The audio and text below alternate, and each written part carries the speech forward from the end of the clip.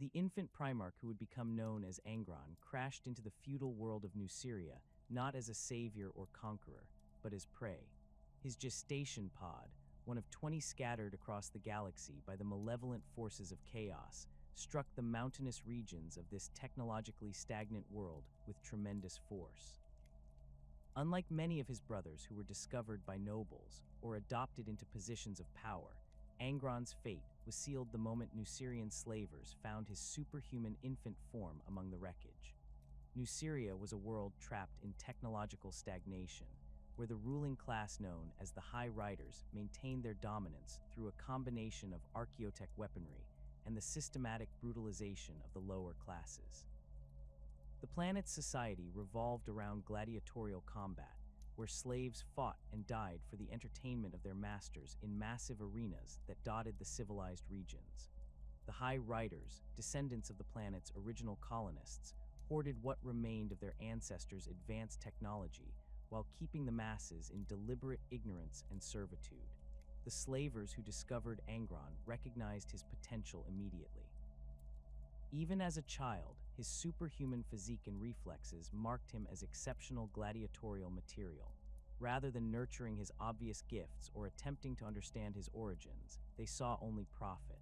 He was dragged to the fighting pits of Dossier, one of Nuceria's primary city-states, where he would spend his formative years learning that survival meant violence and that trust was a luxury few could afford. The gladiatorial schools of Nuceria were factories of death designed to break spirits and forge killers. Young Angron was thrust into this environment without ceremony or explanation. The training regimens were deliberately harsh, designed to weed out the weak and create spectacles worthy of the High Rider's attention. Slaves were pitted against wild beasts, forced to fight with inadequate weapons, and subjected to constant physical and psychological abuse. For most, this environment would have been utterly destructive, but Angron's Primarch physiology allowed him to not merely survive but excel. His early years in the pits revealed the fundamental contradiction that would define his existence. Despite his superhuman capabilities, Angron found himself drawn to the weakest and most vulnerable among his fellow slaves. Where other gladiators focused solely on their own survival, he began forming bonds with those who had no hope of lasting long in the arena. He protected the injured, shared his meager rations with the sick, and gradually became a focal point for the downtrodden slaves who saw in him something approaching hope. The High Riders of Dossier took notice of their young gladiator's unusual combination of fighting prowess and protective instincts. Rather than viewing these qualities as admirable, they saw them as flaws to be corrected. Angron's capacity for empathy and his tendency to shield others threatened the fundamental dynamic of the gladiatorial system, which relied on individual desperation and the complete absence of solidarity among slaves. The solution they devised was as elegant as it was horrific. Ancient archaeotech devices known as the Butcher's Nails had been discovered in Nucerian archaeological sites, relics of the planet's technologically advanced past that the High Riders barely understood but were willing to exploit. These neural implants were designed to stimulate the brain's aggression centers while simultaneously suppressing higher cognitive functions related to empathy, complex reasoning, and emotional regulation. The implantation procedure was conducted without anesthesia or medical oversight. Crude surgical techniques were employed to insert the archaeotech devices directly into Angron's brain tissue, with the High Riders caring little for the long-term consequences as long as their investment produced results in the arena.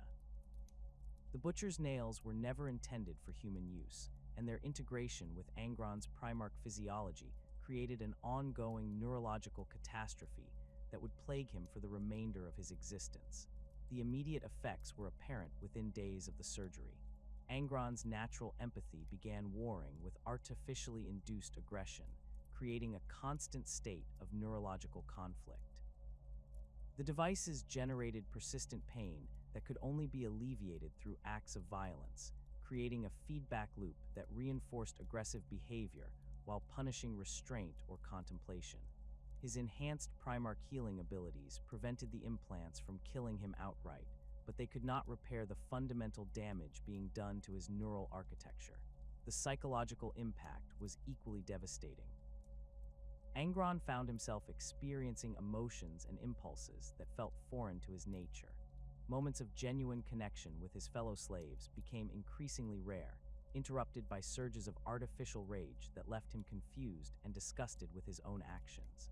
The constant pain made concentration difficult, while the device's interference with his higher brain functions began eroding his ability to engage in complex strategic thinking or long-term planning. Despite these handicaps, or perhaps because of them, Angron's performance in the gladiatorial arena became legendary. The combination of his Primarch physiology and the Butcher's Nail's artificial stimulation created a fighting machine of unprecedented capability. He moved through opponents with a fluid brutality that mesmerized audiences while horrifying those who understood what they were witnessing. His victories were not tactical triumphs, but exercises in overwhelming violence, each one feeding the neural implants' demand for bloodshed while providing temporary relief from their constant torment. The High Rider's experiment had succeeded beyond their expectations, but they had fundamentally misunderstood their creation. Rather than producing a completely controllable killing machine, they had created something far more dangerous. Angron's protective instincts, rather than being eliminated by the Butcher's Nails, became focused and intensified. The artificial aggression was directed outward toward his oppressors, while his loyalty to his fellow slaves deepened into an unbreakable bond. As his reputation in the arena grew, so did his influence among the slave population. Other gladiators began gravitating toward him, drawn by his combination of martial prowess and unwavering loyalty to those he considered his own. These relationships became the foundation of what would eventually become known as the War Hounds, though at this stage, they were simply a collection of broken individuals who had found something approaching family in the depths of their shared suffering. The bonds Angron forged with his fellow gladiators transcended the artificial divisions the High Riders attempted to maintain among their slaves. Veterans who had survived countless arena battles found themselves protective of newer arrivals under Angron's influence. Specialists in different fighting styles began sharing knowledge rather than hoarding advantages. Most significantly, the pervasive atmosphere of despair that characterized the gladiatorial schools began giving way to something resembling hope. These relationships provided Angron with the only genuine happiness he would know during his time on Nuceria. Despite the Butcher's Nail's interference with his emotional regulation, he found that his connections with his fellow slaves could temporarily override the device's influence. Moments of camaraderie, shared meals, and quiet conversation between arena battles became precious respites from the constant neurological assault he endured. The High Riders observed these developments with growing concern. Their gladiatorial system depended on maintaining slaves in a state of individual desperation, where survival required focusing exclusively on personal advancement at the expense of others. Angron's influence was creating solidarity where none should exist, and his growing band of followers represented a potential threat to the established order. Attempts to separate Angron from his companions proved counterproductive.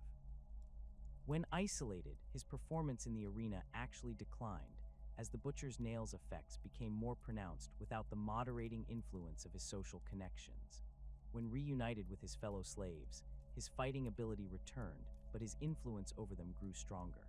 The High Riders found themselves trapped by their own success, possessing a gladiator whose value in the arena was undeniable, but whose presence threatened the fundamental assumptions underlying their society.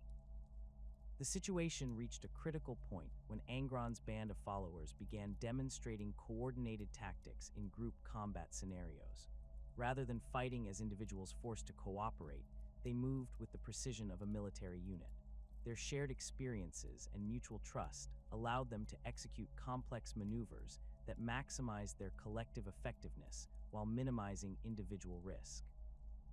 These displays of martial cooperation were unprecedented in Nucerian gladiatorial combat and suggested capabilities that extended far beyond mere arena entertainment. The High Riders' response was predictably brutal. They began systematically targeting Angron's closest companions, subjecting them to increasingly dangerous arena scenarios designed to eliminate the bonds he had formed. Some were matched against impossible odds, others were subjected to rigged contests where victory was impossible. Each death was presented as the natural consequence of gladiatorial combat, but the pattern was unmistakable to those who understood the true dynamics at work. These calculated murders had the opposite effect from what the High Riders intended. Rather than breaking Angron's spirit or forcing him into isolated compliance, they crystallized his understanding of the fundamental evil represented by Nucerian society. The artificial aggression generated by the butcher's nails found a worthy target in the system that had created his suffering and was now systematically destroying everything he valued. The seeds of rebellion were planted not in grand political awakening, but in the simple recognition that the High Riders viewed him and his companions as disposable entertainment, rather than sentient beings deserving of basic dignity. This realization, filtered through the neurological chaos of the butcher's nails, transformed Angron's protective instincts into something approaching revolutionary fervor.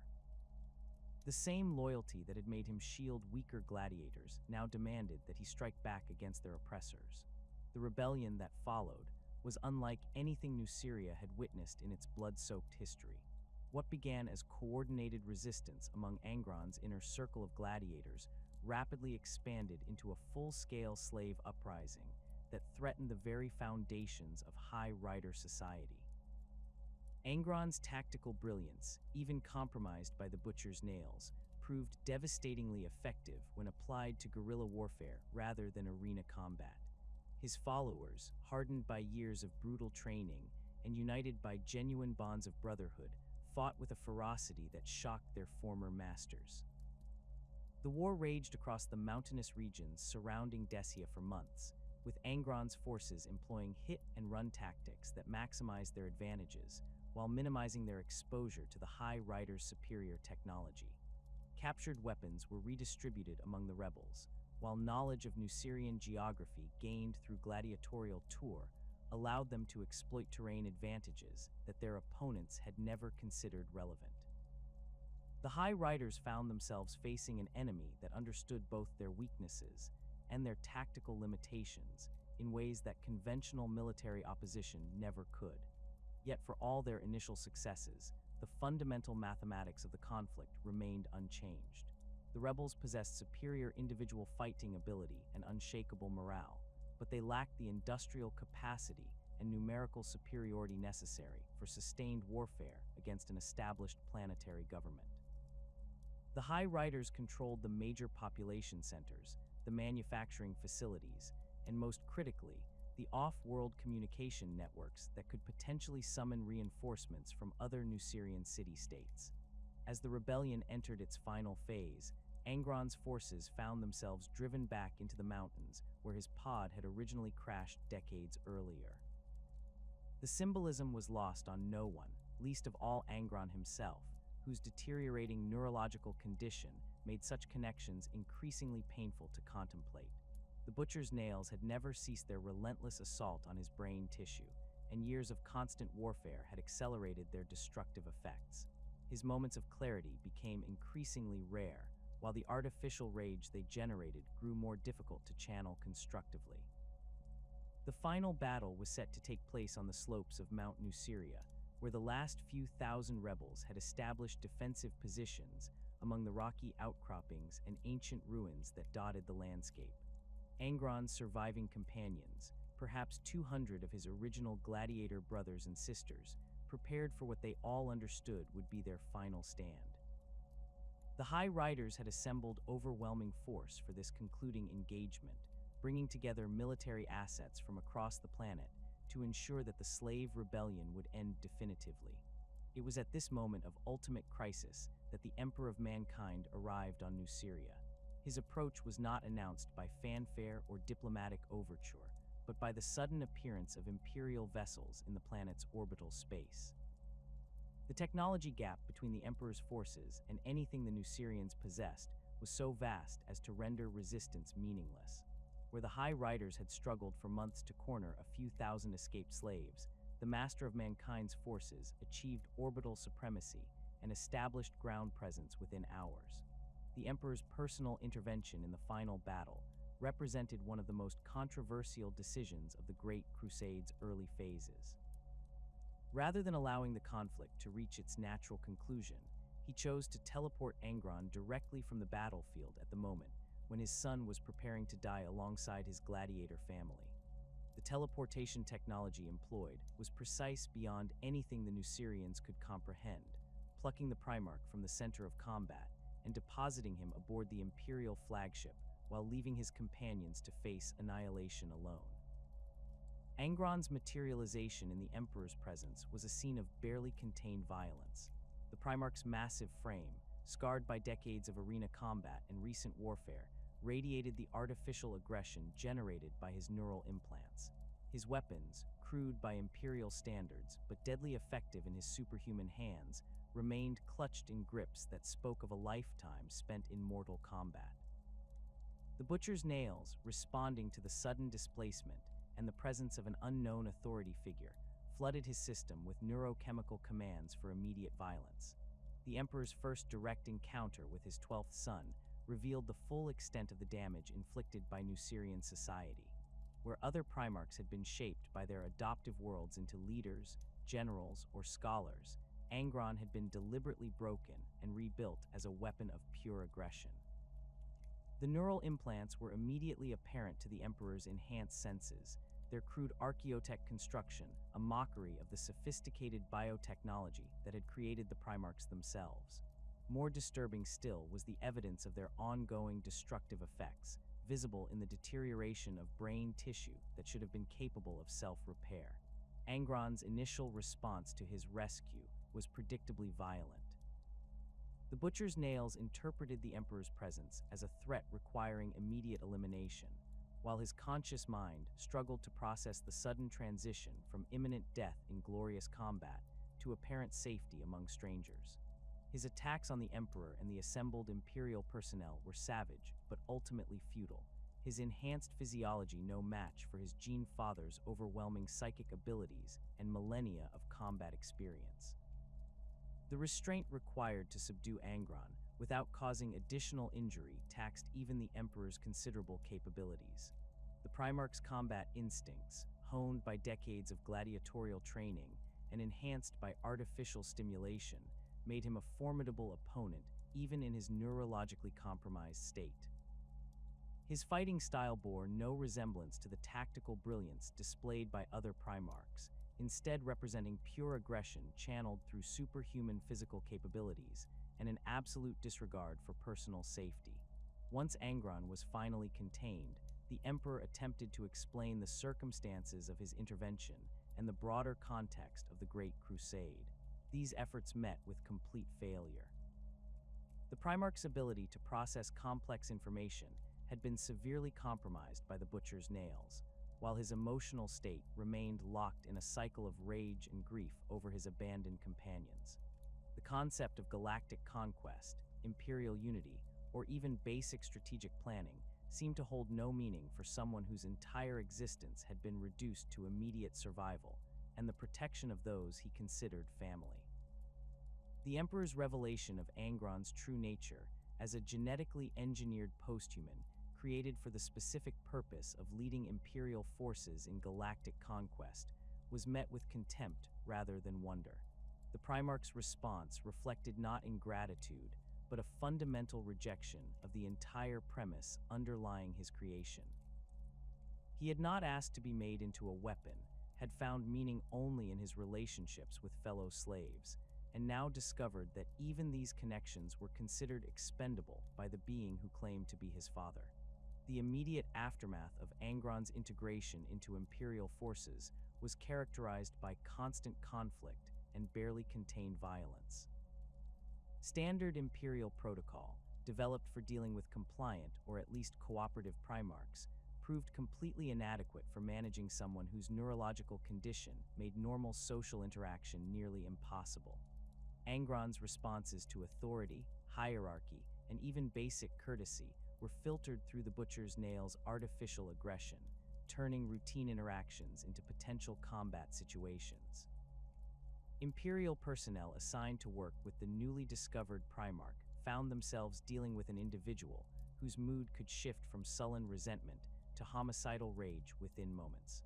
The neural implant's demand for violence meant that Angron experienced constant physical pain that could only be alleviated through acts of aggression. This created a feedback loop where any attempt to establish normal working relationships was undermined by his neurological need to inflict harm on those around him. The Emperor's attempts to establish a traditional father-son relationship with Angron were doomed from the outset.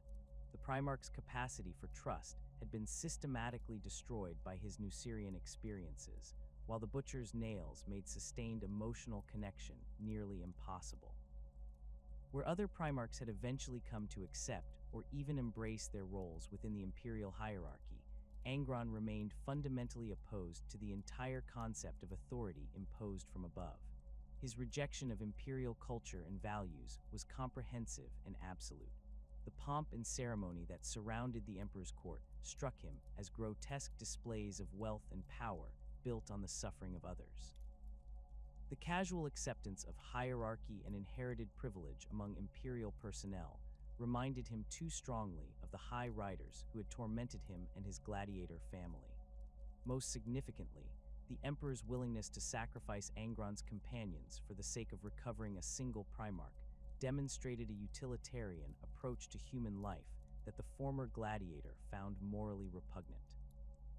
The Emperor's medical examination of the Butcher's nails represented one of his rare failures in the field of biological manipulation. The Archaeotech devices had integrated themselves so thoroughly into Angron's neural architecture that their removal would require surgical procedures that would inevitably prove fatal. The crude Nucerian technology had fused with Primarch physiology in ways that created dependencies extending far beyond their original parameters. Removing them would not restore Angron's original personality, but would instead trigger massive neurological collapse and death. This discovery forced the Emperor to confront the reality that his 12th son was irreversibly damaged in ways that no amount of Imperial technology could repair. The neural implants were not simply external modifications that could be reversed, but had become integral components of Angron's brain function. Their artificial stimulation of aggression centers had created new neural pathways while simultaneously destroying others, fundamentally altering the Primarch's cognitive architecture in ways that made restoration impossible. The Emperor's response to this limitation revealed the pragmatic ruthlessness that characterized his approach to the Great Crusade. Rather than continuing to pursue medical solutions that would inevitably prove futile, he chose to accept Angron's damaged state and attempt to channel his son's violent capabilities toward Imperial objectives. This decision represented a fundamental shift in strategy, acknowledging that the 12th Primarch could never fulfill his intended role as a tactical genius and inspiring leader, but might still serve as a weapon of pure destruction. Angron's assignment to command the 12th Legion, soon to be renamed the World Eaters, was undertaken with full knowledge of his limitations and the probable consequences for his future troops. The Emperor understood that placing a neurologically compromised Primarch in charge of an entire Space Marine Legion would inevitably result in that force adopting similarly destructive characteristics. Yet the demands of the Great Crusade required that every available resource be utilized, regardless of the long-term costs to those involved. The integration of Angron into the Imperial war machine proceeded despite his continued resistance to authority and his obvious psychological instability. Imperial administrators developed protocols for managing a Primarch whose responses to orders ranged from sullen compliance to outright violence, while military planners began adapting tactical doctrines to accommodate a commander whose strategic thinking was severely compromised by constant neurological interference.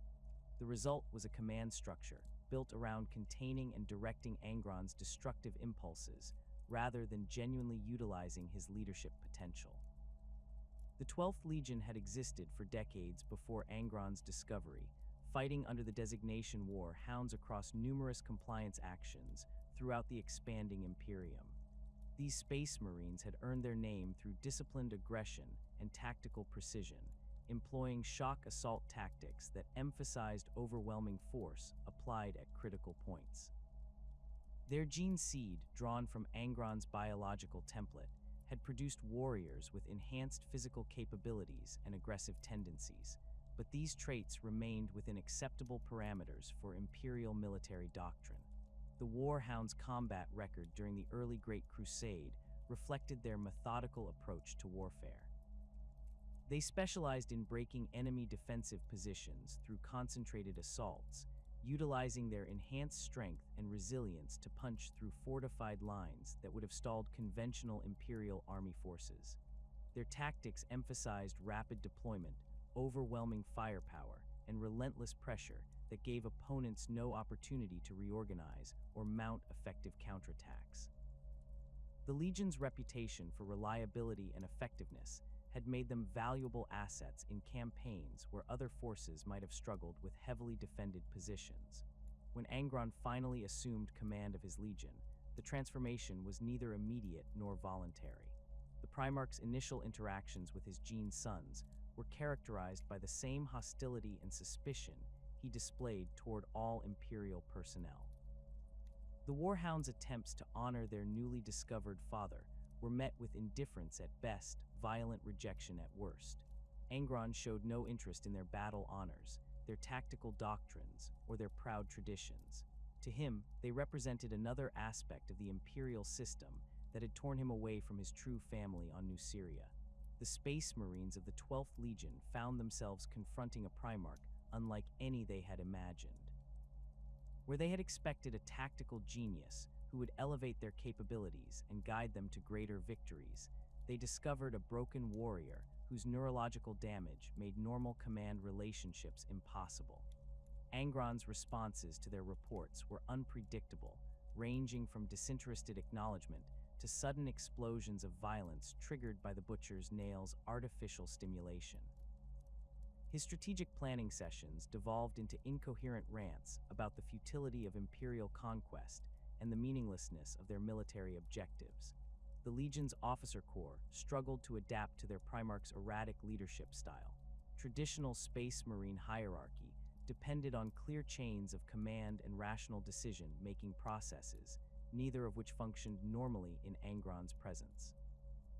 His orders were often contradictory or impossible to execute, while his tactical briefings focused more on the immediate destruction of enemy forces than on achieving broader strategic objectives. The careful coordination that had characterized Warhound's operations began breaking down as their command structure adapted to accommodate a leader whose primary concern was satisfying the neural implant's demand for violence. Captain Khorne emerged as a crucial figure during this transitional period, serving as an intermediary between Angron's chaotic leadership and the Legion's operational requirements. Unlike many of his brother officers, who viewed their Primarch's condition with horror or disgust, Khorne approached the situation with genuine curiosity and empathy. He spent considerable time observing Angron's behavior patterns, learning to recognize the signs that preceded violent episodes, and developing strategies for managing the Primarch's interactions with Legion personnel. Khorne's background as a veteran of numerous compliance actions had given him extensive experience with unconventional warfare and improvised tactics. These skills proved invaluable when dealing with a commander whose strategic thinking was compromised by constant neurological interference. He learned to interpret Angron's fragmented orders and translate them into actionable military objectives, while simultaneously protecting other Legion officers from their Primarch's unpredictable violent outbursts. His ability to function effectively despite these challenges made him increasingly indispensable to the Legion's operations. The transformation of Legion culture accelerated as more Space Marines began adopting Khorne's approach to their Primarch's condition. Rather than viewing Angron's neurological damage as a source of shame or weakness, they began interpreting it as evidence of his warrior spirit's purity. The Butcher's nails, rather than being seen as crude archaeotech modifications, were reframed as symbols of dedication to combat excellence. This ideological shift allowed the Legion to maintain unit cohesion while adapting to their Primarch's limitations. The first voluntary implantation of butcher's nails among Legion personnel occurred approximately 18 months after Angron assumed command. The procedure was undertaken by a small group of officers who had become convinced that sharing their Primarch's neurological condition would allow them to better understand and serve him. These early adopters included several company captains and veteran sergeants who had grown frustrated with their inability to effectively communicate with Angron during combat operations. The implantation process required significant modification of the original Nucerian devices to make them compatible with Space Marine physiology. Legion apothecaries worked closely with tech priests to develop surgical techniques that would minimize the risk of immediate fatality while maximizing the implant's effects on aggression and pain tolerance. The procedures were conducted in secret, without official Imperial sanction, using medical facilities aboard the Legion's flagship during extended void transits between campaign zones. The immediate effects of the neural implants on Space Marine subjects were both more pronounced and more controllable than their impact on baseline humans. The enhanced physiology and mental conditioning that characterized all Astartes provided some protection against the device's more destructive aspects, while their disciplined mindsets allowed them to channel the artificial aggression more effectively than untrained subjects. However, the fundamental neurological damage remained unavoidable, with implanted Space Marines experiencing the same constant pain and emotional instability that plagued their Primarch. The implanted officers reported an immediate improvement in their ability to understand and anticipate Angron's behavior patterns. The shared neurological experience created a form of empathetic connection that transcended normal communication barriers, allowing them to interpret their Primarch's fragmented orders and emotional states with unprecedented accuracy. This enhanced understanding translated into improved tactical coordination during combat operations, as the implanted officers could predict and respond to Angron's strategic impulses before they were explicitly communicated. Word of the voluntary implantations spread rapidly throughout the Legion, creating intense debate among the Space Marines about the wisdom and morality of such procedures. Some viewed the implanted officers as heroes who had made the ultimate sacrifice to better serve their Primarch, while others considered them traitors who had abandoned their duty to maintain the Legion's combat effectiveness. The controversy deepened as it became apparent that the implanted Marines were indeed more effective in combat operations involving Angron, leading to questions about whether such procedures should become mandatory for all Legion personnel. Angron's reaction to discovering that his Gene sons had voluntarily subjected themselves to the Butcher's nails was complex and contradictory. The artificial aggression generated by his neural implants created satisfaction at seeing others share his suffering, while his deeper personality felt horror at the thought that anyone would willingly endure the constant torment he experienced. His response alternated between expressions of approval for their dedication and violent rage at their presumption in claiming to understand his condition. The success of the initial implantation procedures encouraged more Space Marines to volunteer for the surgery. Within 2 years of Angron's assumption of command, nearly 30% of the Legion's officer corps had received some form of neural modification. The procedures became increasingly sophisticated as Legion medical personnel gained experience, with newer versions of the devices producing more controlled effects while reducing the risk of immediate neurological collapse. The spread of neural implants throughout the Legion coincided with a fundamental shift in their tactical doctrine. The disciplined shock assault tactics that had characterized the Warhounds gave way to a more chaotic approach, emphasizing individual aggression and close-quarters combat. The implanted Space Marines found that their artificial stimulation was most effectively satisfied through direct physical confrontation with enemy forces, leading to tactical preferences that prioritized melee combat over ranged engagement. This doctrinal evolution was reflected in the Legion's equipment preferences and training regimens. Bolters and other ranged weapons were gradually de-emphasized in favor of chainswords, combat axes, and other close combat implements that allowed for more visceral engagement with enemy forces. The traditional Space Marine emphasis on tactical flexibility and combined arms coordination was replaced by a focus on overwhelming aggression and relentless forward momentum that gave opponents no opportunity to establish defensive positions. The Legion's performance in compliance actions began reflecting these changes within months of the first implementations. Their approach to planetary conquest became notably more brutal, with civilian casualties increasing dramatically as implanted Space Marines found it difficult to distinguish between combatants and non-combatants during the artificial rage episodes triggered by their neural devices. The careful discrimination between military targets and civilian populations that had characterized earlier Warhounds operations gave way to indiscriminate slaughter that horrified Imperial Army personnel serving alongside them. Captain Karn's own decision to receive neural implants marked a crucial turning point in the Legion's transformation. As one of the most respected and influential officers in the 12th Legion, his voluntary submission to the procedure legitimized the practice among Space Marines who had previously been reluctant to undergo such radical modification. His post-implantation behavior demonstrated that it was possible to retain tactical effectiveness and leadership capability despite the neurological damage, providing a model for other officers to follow. The implanted Space Marines developed their own informal hierarchy based on their shared neurological condition and their ability to function effectively despite the constant pain and artificial aggression.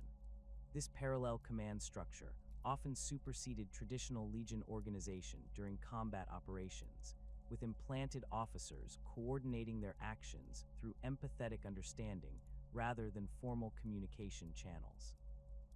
The non-implanted Space Marines found themselves increasingly marginalized within their own Legion, viewed as incomplete warriors who lacked the dedication necessary to truly serve their Primarch.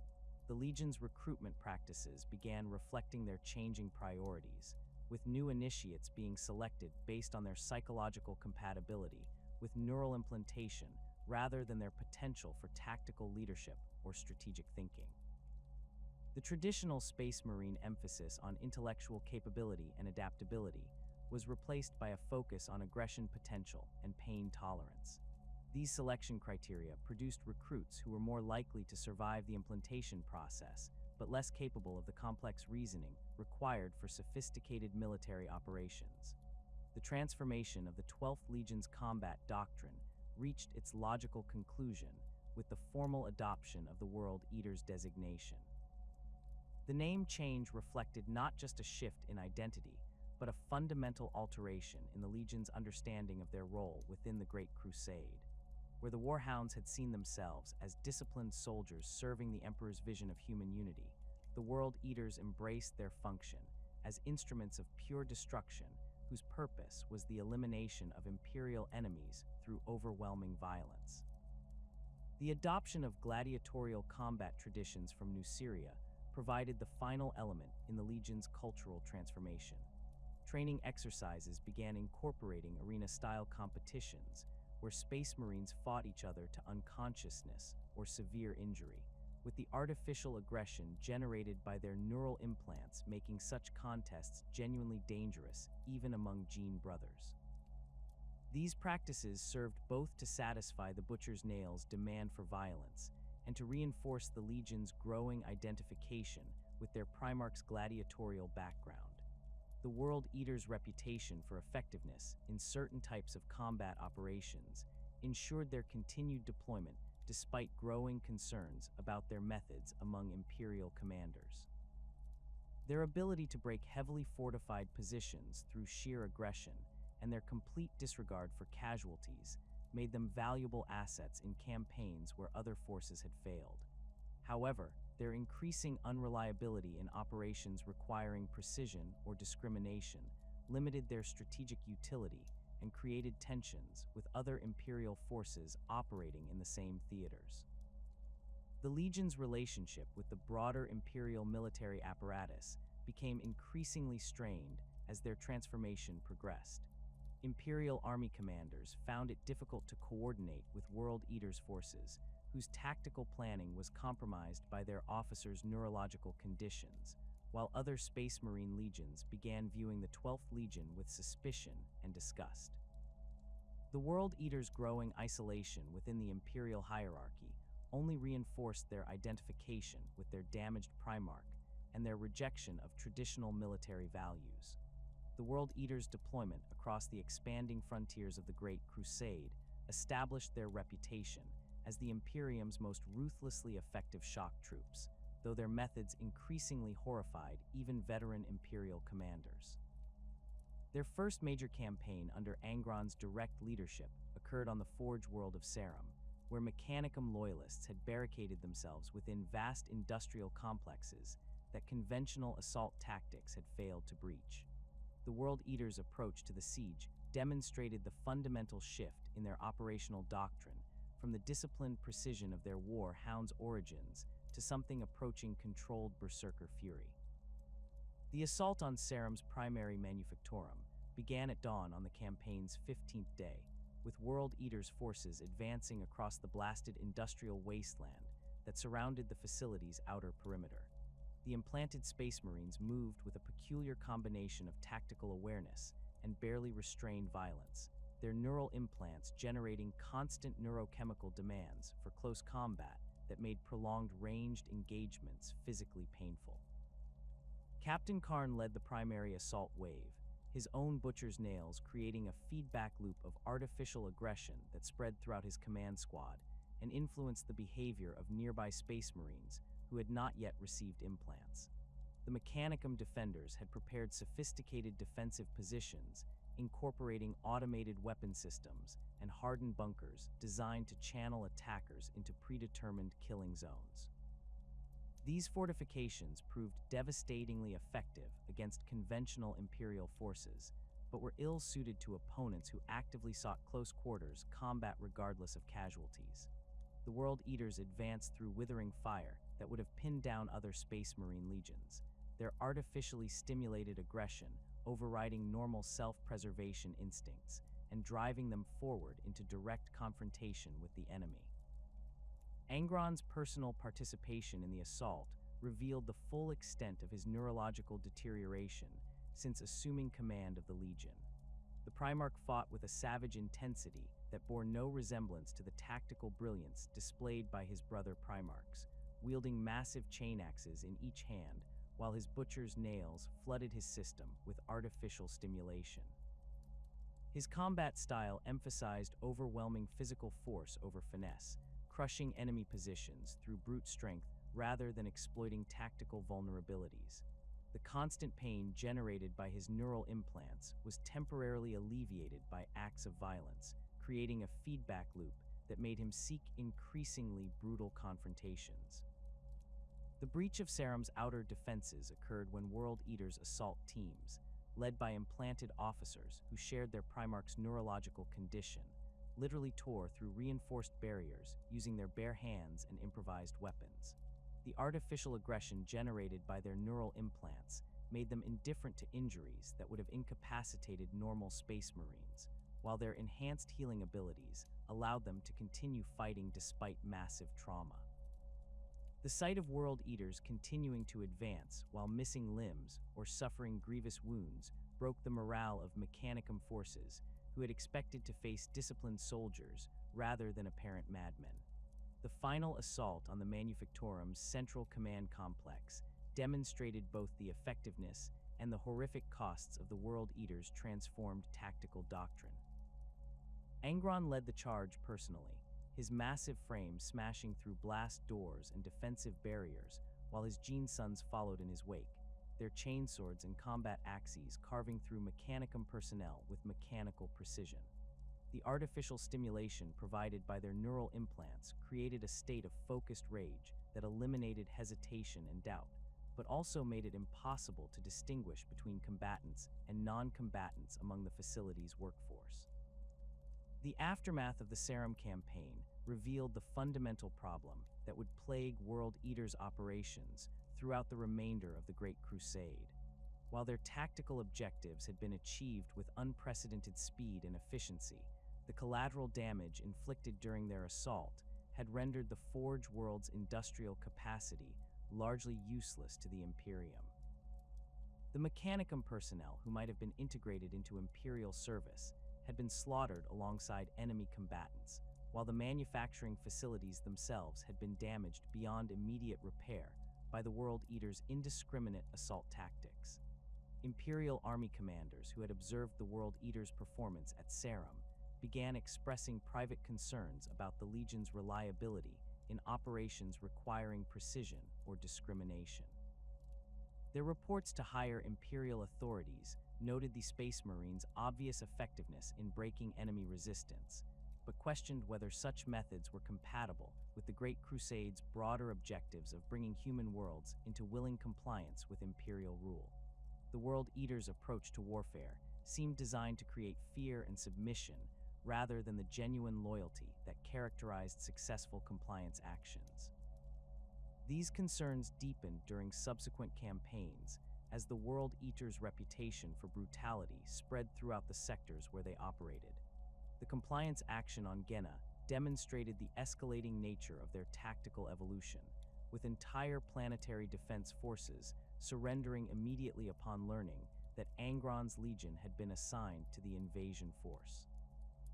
While such psychological warfare was undeniably effective in reducing Imperial casualties, it also created resentment and fear among newly compliant populations who viewed the World Eaters as barely controlled monsters rather than liberating heroes.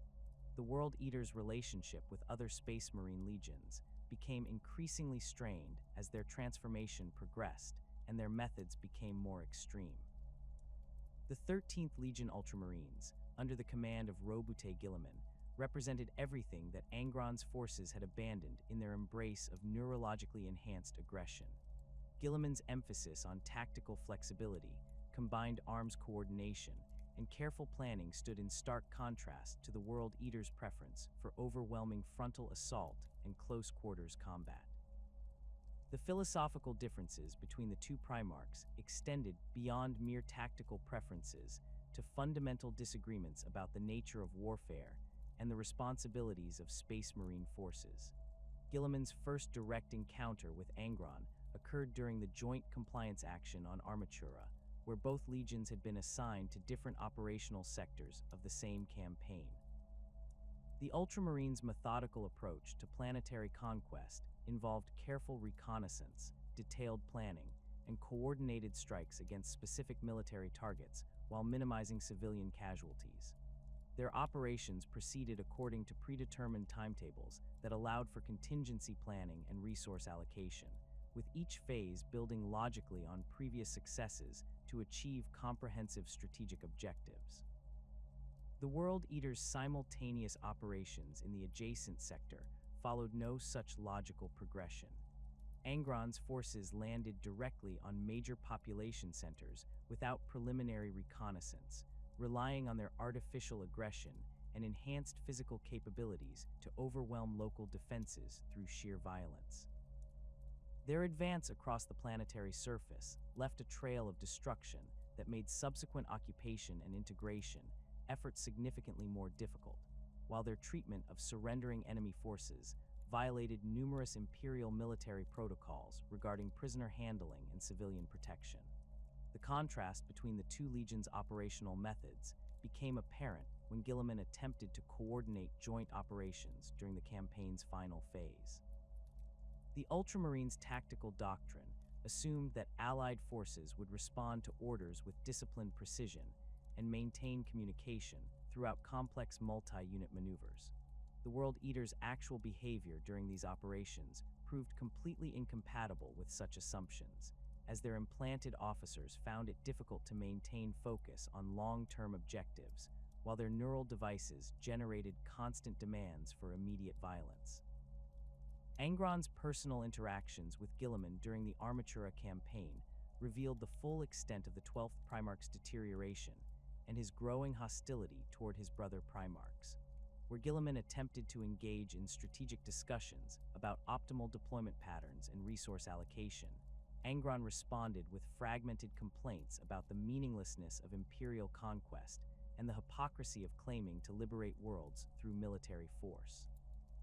The Butcher's nails made sustained conversation nearly impossible, as artificial rage episodes interrupted his attempts at coherent communication and transformed routine briefings into potential combat situations. Guilliman's reports to the Emperor following the Armatura campaign contained carefully worded concerns about the World Eater's tactical reliability and their Primarch's obvious neurological instability. These documents, preserved in Imperial archives, reveal the growing alarm among rational Primarchs about Angron's condition and its impact on his legion's effectiveness. Guilliman's recommendations included suggestions for medical intervention, tactical retraining programs, and potential restrictions on World Eater's deployment in sensitive operations where precision was required over pure destructive capability. The Emperor's response to these concerns demonstrated his pragmatic approach to managing the Great Crusade's diverse military assets. Rather than attempting to address the underlying causes of the World Eater's transformation, Imperial High Command chose to adapt deployment strategies that maximized the Legion's strengths while minimizing the impact of their limitations. This approach treated Angron's neurological damage and his Legion's brutal methods as acceptable costs for maintaining their effectiveness as shock assault troops, prioritizing immediate military utility over long-term strategic considerations. The World Eater's encounter with the 6th Legion Space Wolves during the compliance of Genna Prime created tensions that would persist throughout the remainder of the Great Crusade. Leman Russ and his Gene Sons represented a different model of controlled aggression, one that maintained the savage ferocity necessary for effective close combat while preserving the tactical discipline required for complex military operations. The Space Wolves' approach to warfare incorporated elements of their Fenrisian cultural background without allowing those influences to compromise their effectiveness as Space Marines. Russ observed the World Eater's operational methods with growing concern, recognizing in their behavior patterns the symptoms of warriors who had lost the ability to control their aggressive impulses. His own Legion's relationship with violence was carefully managed through cultural traditions and pack hierarchies that channeled aggression constructively while preventing the kind of mindless brutality that characterized World Eater's operations. The Space Wolves maintained their savage reputation without sacrificing the intellectual capabilities necessary for strategic thinking and tactical adaptation. The philosophical differences between Russ and Angron extended beyond their approaches to warfare to fundamental questions about the nature of strength and the responsibilities of military leadership. Russ viewed controlled aggression as a tool to be employed when appropriate, while Angron's neurological condition made such control increasingly impossible. The Space Wolves' Primarch recognized that his brother's transformation represented a cautionary tale about the dangers of allowing violence to become an end in itself rather than a means to achieve strategic objectives. The incident that would become known as the Night of the Wolf began as a routine compliance action on a world whose designation has been lost to Imperial records. Both the World Eaters and Space Wolves had been assigned to the campaign, with their forces operating in adjacent sectors under overall Imperial Army command. The operation proceeded normally until World Eaters' forces, responding to artificial stimulation from their neural implants, began executing prisoners and civilian populations in violation of explicit Imperial orders regarding the treatment of surrendering enemy forces. Russ attempted to address the situation through normal command channels, requesting that Angron control his Legion's behavior and ensure compliance with established military protocols. These efforts proved futile, as the 12th Primarch's neurological condition made him incapable of understanding or caring about the strategic implications of his force's actions. The Butcher's nails generated artificial satisfaction from reports of violence, while making it impossible for Angron to process concerns about collateral damage or long-term occupation strategies. The confrontation escalated when Space Wolves' forces discovered World Eaters systematically slaughtering civilian populations in captured settlements, their neural implants driving them to seek increasingly violent stimulation regardless of strategic necessity. Russ personally intervened to halt the massacre, leading to a direct confrontation between the two Primarchs that demonstrated the fundamental incompatibility of their approaches to warfare and military leadership. The Space Wolves' emphasis on controlled aggression clashed directly with the World Eaters' embrace of neurologically enhanced violence. The battle between the Space Wolves and World Eaters' forces lasted for 6 hours and resulted in significant casualties among both legions. The Space Wolves' tactical discipline and coordinated pack tactics proved effective against the World Eaters' individual aggression, while the 12th Legion's artificial stimulation and disregard for casualties allowed them to continue fighting despite overwhelming tactical disadvantages.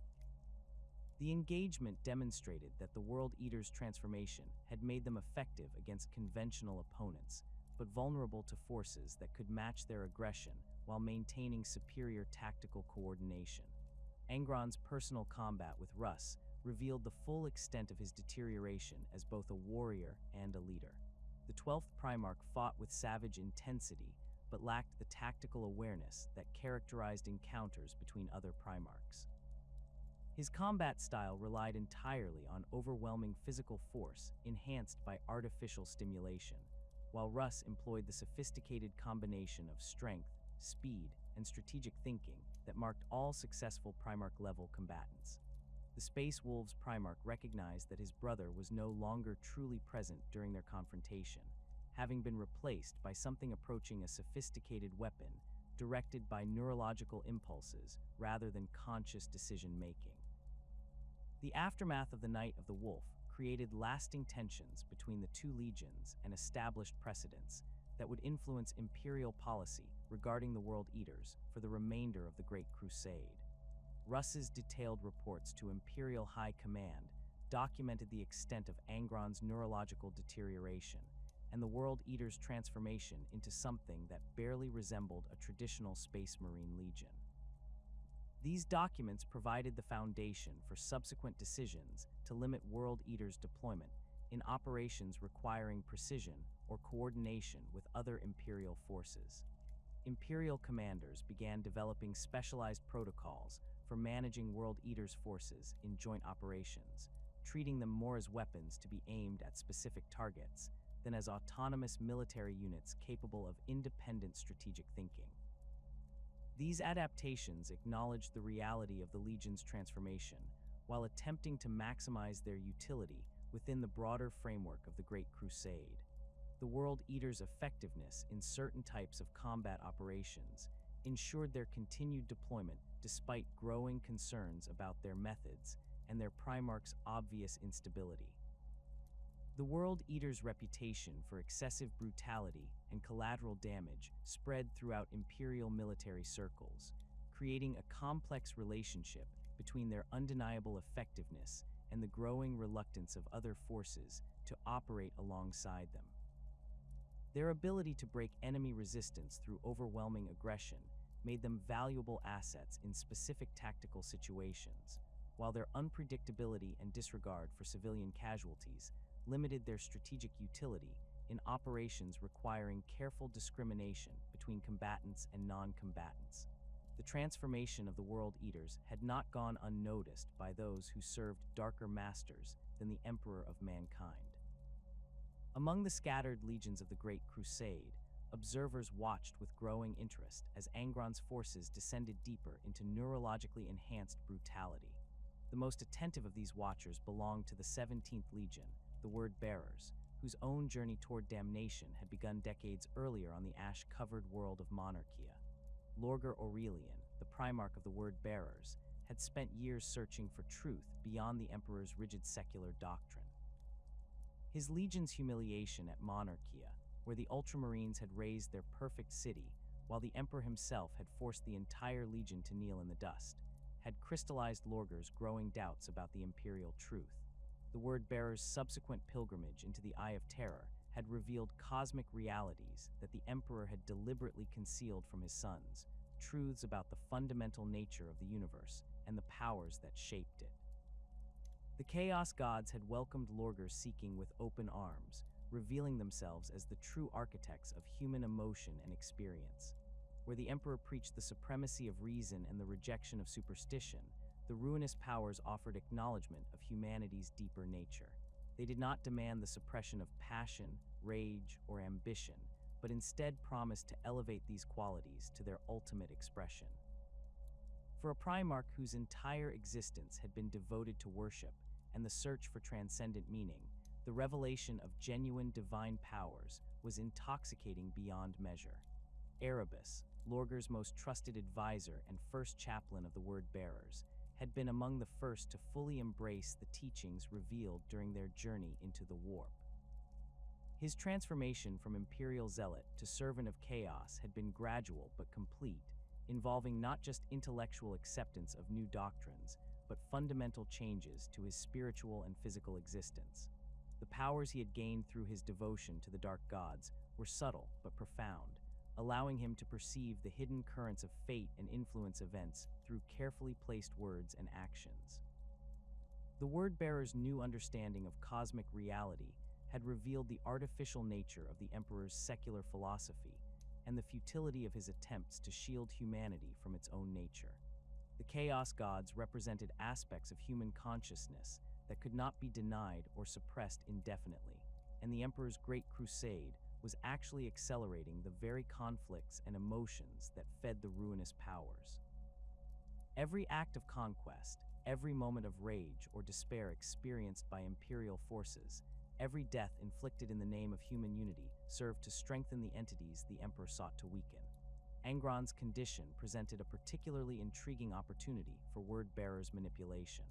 The Butcher's Nails had already begun the process that Chaos sought to complete in all humanity, breaking down the barriers between conscious control and primal emotion.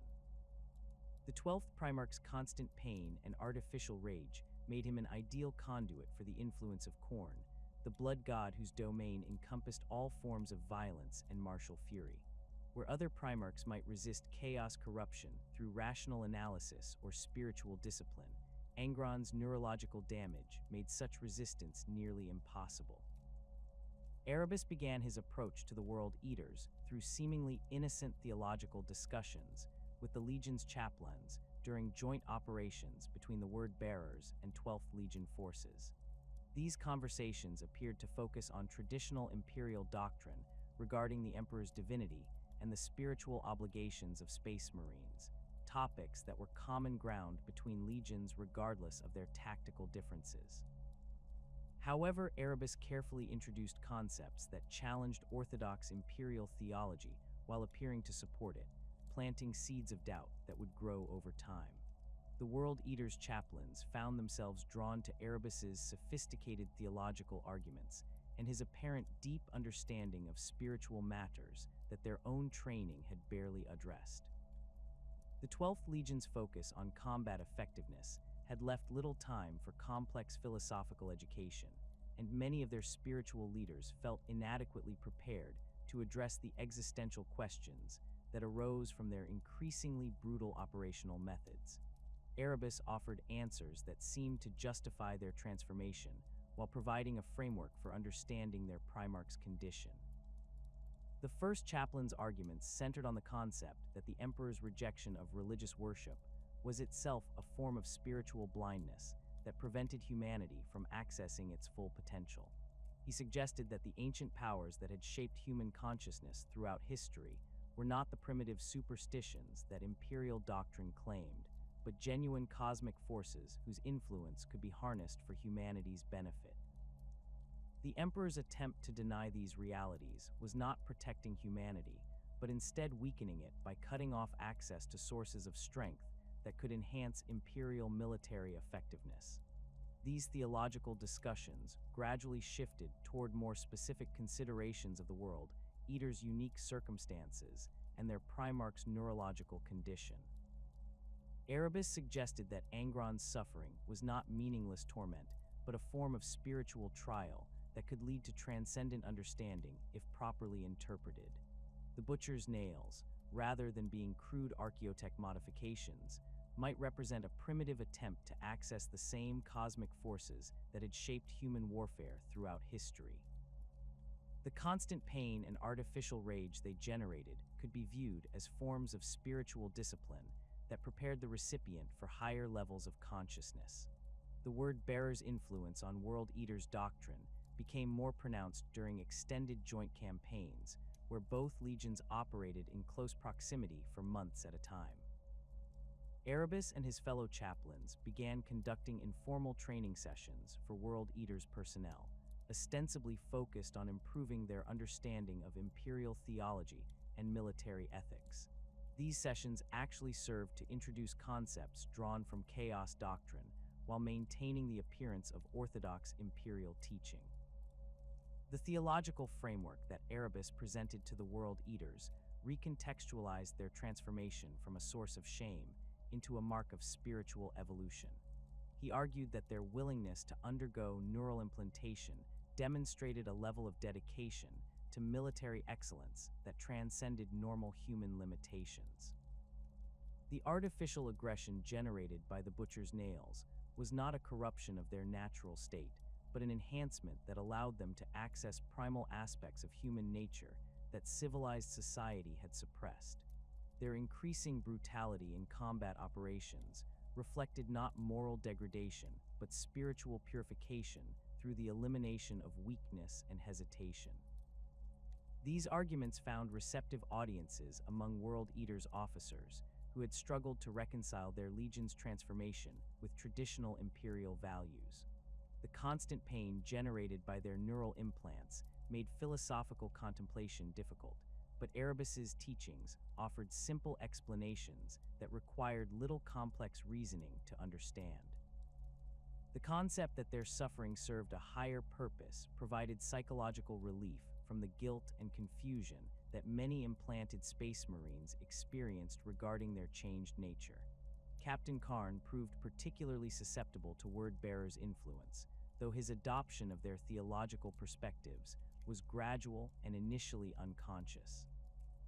His role as intermediary between Angron and the rest of the Legion had exposed him to the full extent of his Primarch's neurological damage and the futility of attempting to restore normal command relationships. Erebus's suggestion that Angron's condition represented a form of spiritual enlightenment rather than medical dysfunction offered an alternative interpretation that made Khorne's loyalty feel meaningful rather than tragic. The Word-Bearer's theological influence on the World Eaters accelerated as reports of their joint operations spread throughout both legions. Space Marines who had not directly participated in these campaigns began requesting transfers to units where they could work more closely with Lorgar's forces, drawn by accounts of the spiritual insights and enhanced combat effectiveness that such cooperation supposedly provided.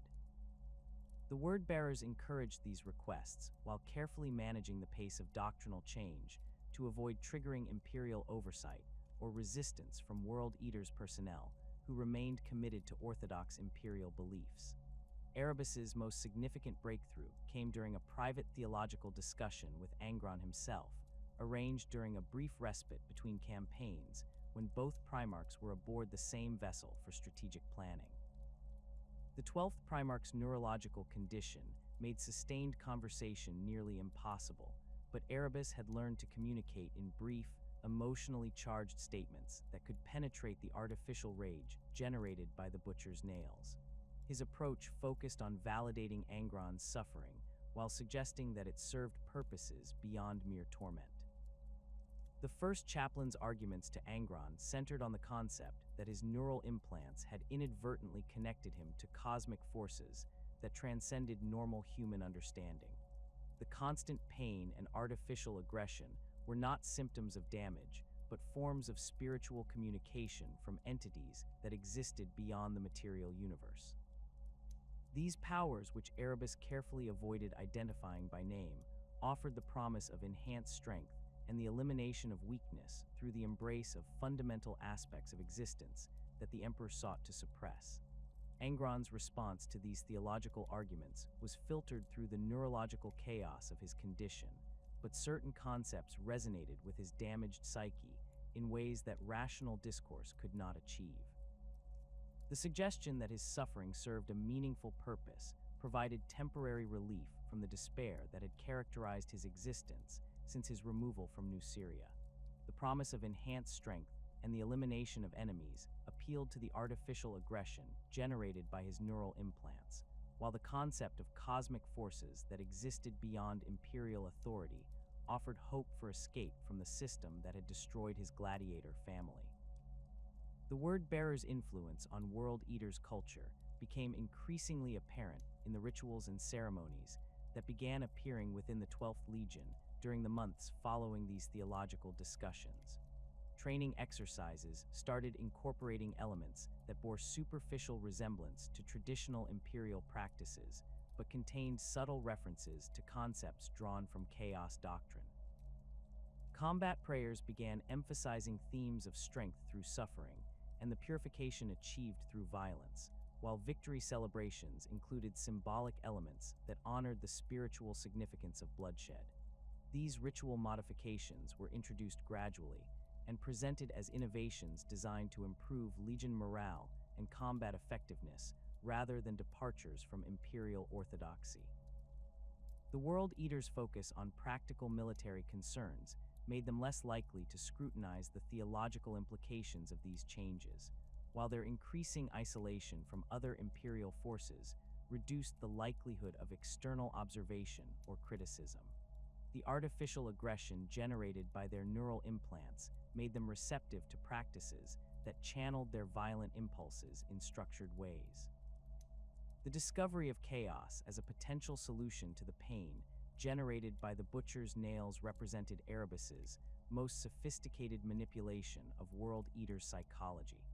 He presented this revelation not as an abandonment of imperial doctrine, but as the recovery of ancient human knowledge that the Emperor had suppressed for political rather than spiritual reasons.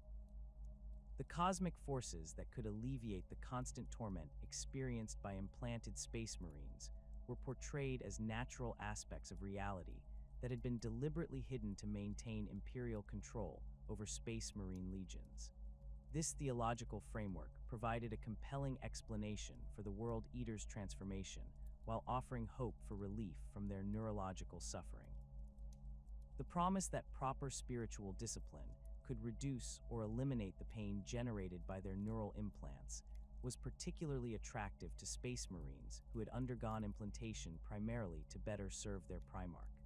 The concept that their artificial aggression could be channeled toward cosmic purposes rather than mere military objectives gave meaning to their changed nature that imperial doctrine could not provide.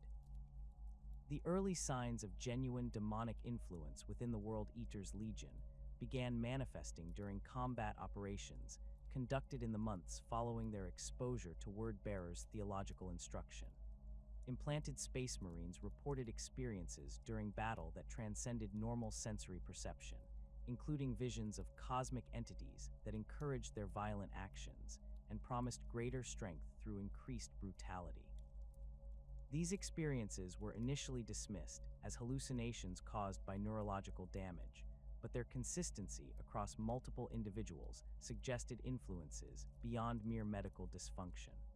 The visions experienced by World Eater's personnel during combat typically involved massive humanoid figures wreathed in blood and flame, entities that radiated approval for acts of violence while expressing contempt for weakness or mercy.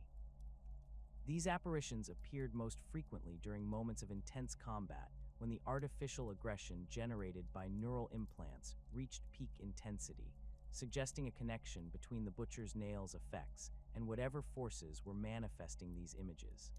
The entities communicated not through words, but through direct emotional transmission that bypassed normal cognitive processes.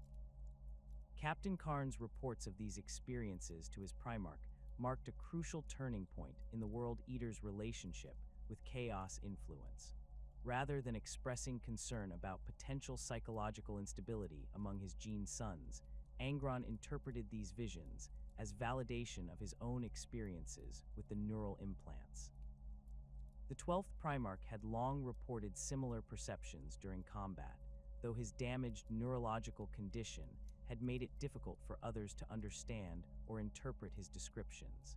The discovery that other implanted space marines were experiencing comparable phenomena suggested that these were not mere hallucinations, but genuine spiritual communications.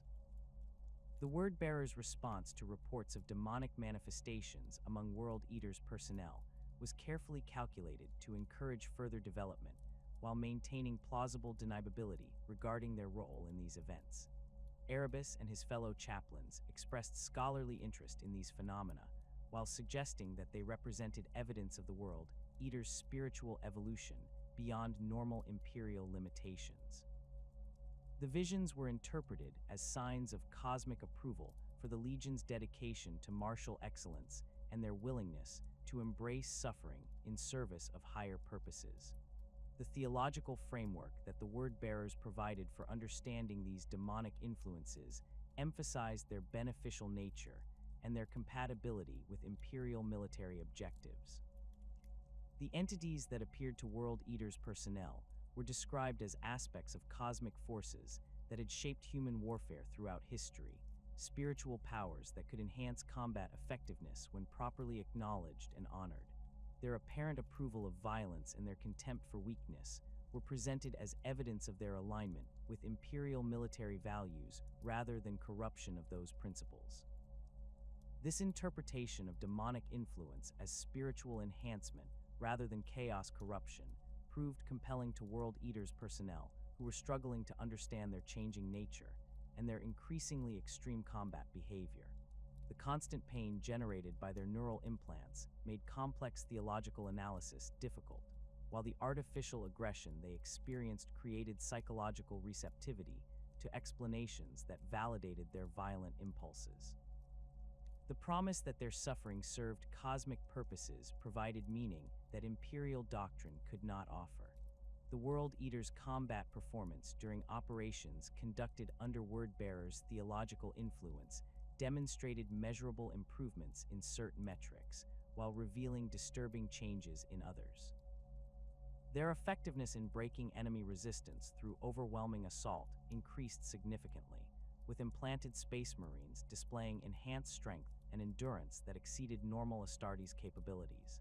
However, their ability to distinguish between military objectives and civilian targets continued to deteriorate, while their treatment of prisoners and surrendering enemies became increasingly brutal even by their previous standards. These performance changes were accompanied by physical modifications that became apparent to observant Imperial personnel during the months following the World Eater's exposure to Word-Bearer's influence. Implanted Space Marines began displaying subtle alterations in appearance that suggested influences beyond mere neural stimulation, including changes in eye coloration, dental structure, and muscle development that could not be explained by normal Astartes physiology. These modifications were gradual and initially attributed to side effects of the neural implantation process, but their consistency across multiple individuals suggested systematic rather than random causes. The World Eater's increasing bloodthirsty nature extended beyond their previous extremes as demonic influence began affecting their behavior outside of combat situations. Training exercises became genuinely dangerous as implanted Space Marines found it difficult to moderate their aggression even during practice sessions with Gene Brothers. Disciplinary procedures required increasing levels of violence to achieve compliance, while routine interactions between Legion personnel became tense and potentially explosive as artificial stimulation made normal social behavior nearly impossible. The Legion's relationship with Imperial Army forces serving alongside them deteriorated rapidly as their transformation accelerated under Word-Bearer's influence. Imperial Guard commanders reported increasing difficulty in coordinating with World Eater's units, whose behavior had become unpredictable and dangerous even to Allied personnel. The Space Marines' enhanced aggression and their growing indifference to collateral damage made them unreliable partners in operations requiring precision or discrimination between combatants and non-combatants. The corruption that had been steadily seeping into the World Eaters through Word-Bearer's influence found its ultimate expression when Horus Lupercal, the most favored of all Primarchs, fell to chaos on the moon of Davin. The Warmaster's transformation sent shockwaves throughout the galaxy, but for Angron and his legion, it represented not betrayal, but liberation from the hypocrisy they had endured since their integration into Imperial forces. The neural implants that had tormented the 12th Primarch for decades suddenly aligned with cosmic forces that promised unlimited violence and the complete abandonment of Imperial restraints. Horus's initial overtures to his brother Primarchs were carefully calculated to exploit their individual grievances against the Emperor and the Imperial system. For Angron, the Warmaster's arguments required little sophistication, as the 12th Primarch's neurological condition made complex political reasoning nearly impossible. Instead, Horus appealed directly to the artificial rage generated by the Butcher's nails, presenting the rebellion as an opportunity to inflict unlimited violence upon the system that had destroyed Angron's gladiator family and condemned him to a lifetime of neurological torment. The Warmasters promised that chaos would provide relief from the constant pain generated by the neural implants proved particularly compelling to Angron's damaged psyche. The Emperor had demonstrated his inability or unwillingness to remove the Butcher's nails, leaving his 12th son to suffer indefinitely for the sake of maintaining the Legion's combat effectiveness. Horus offered an alternative that acknowledged Angron's pain while promising to transform it into a source of strength rather than mere torment. The cosmic forces that the Warmaster served could enhance the artificial aggression generated by the neural implants, while eliminating the psychological conflict that had plagued Angron since his discovery. Angron's decision to join the rebellion was influenced not only by his personal grievances, but by his growing understanding of the Emperor's true nature, as revealed through Word-Bearer's theological instruction. The Master of Mankind's claim to oppose superstition and promote reason had been exposed as hypocrisy designed to maintain his own power, while denying humanity access to cosmic forces that could enhance their capabilities. The Emperor's refusal to acknowledge the Chaos Gods as legitimate entities demonstrated his willingness to suppress truth in service of his political objectives, making him no different from the High Riders who had tormented Angron on Nuceria. The World Eaters' embrace of the heresy was facilitated by their existing isolation from other Imperial forces and their deteriorating relationship with orthodox Imperial doctrine. Their transformation under Word-Bearer's influence had already begun the process of separating them from traditional Space Marine values, while their increasing brutality had made cooperation with loyal Imperial forces increasingly difficult. The rebellion offered them an opportunity to fully embrace their violent nature without the restraints imposed by Imperial military protocols or concerns about civilian casualties. Captain Karn emerged as a crucial figure in facilitating the Legion's transition to Chaos allegiance, using his position as intermediary between Angron and the rank and file Space Marines to ensure smooth implementation of the Warmaster's orders.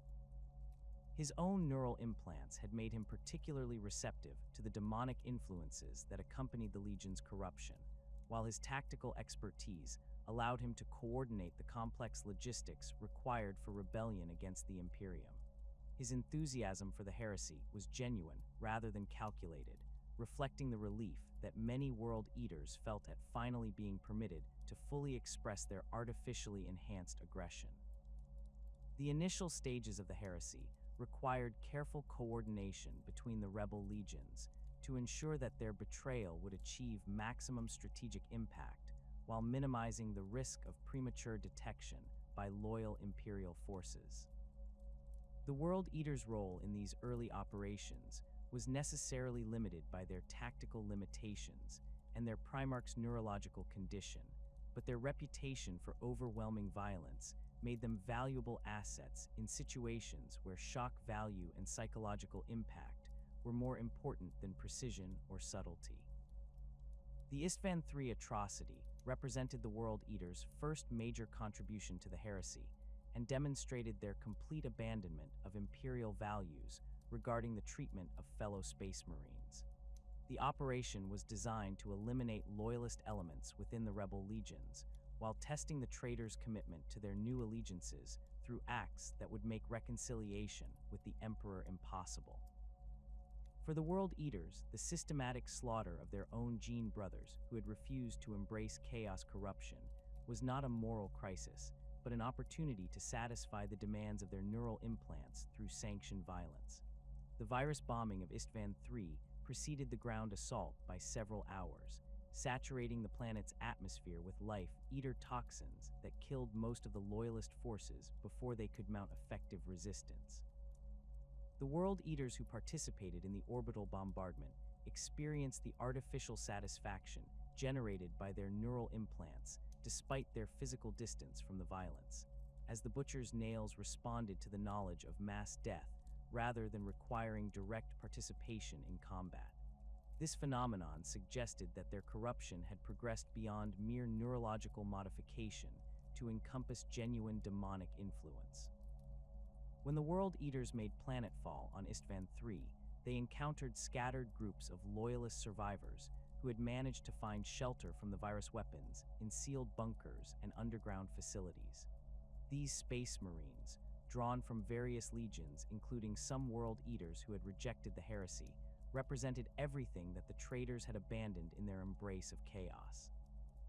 The contrast between the disciplined resistance offered by the Loyalists and the frenzied assault launched by the World Eaters illustrated the fundamental transformation that had occurred within the 12th Legion.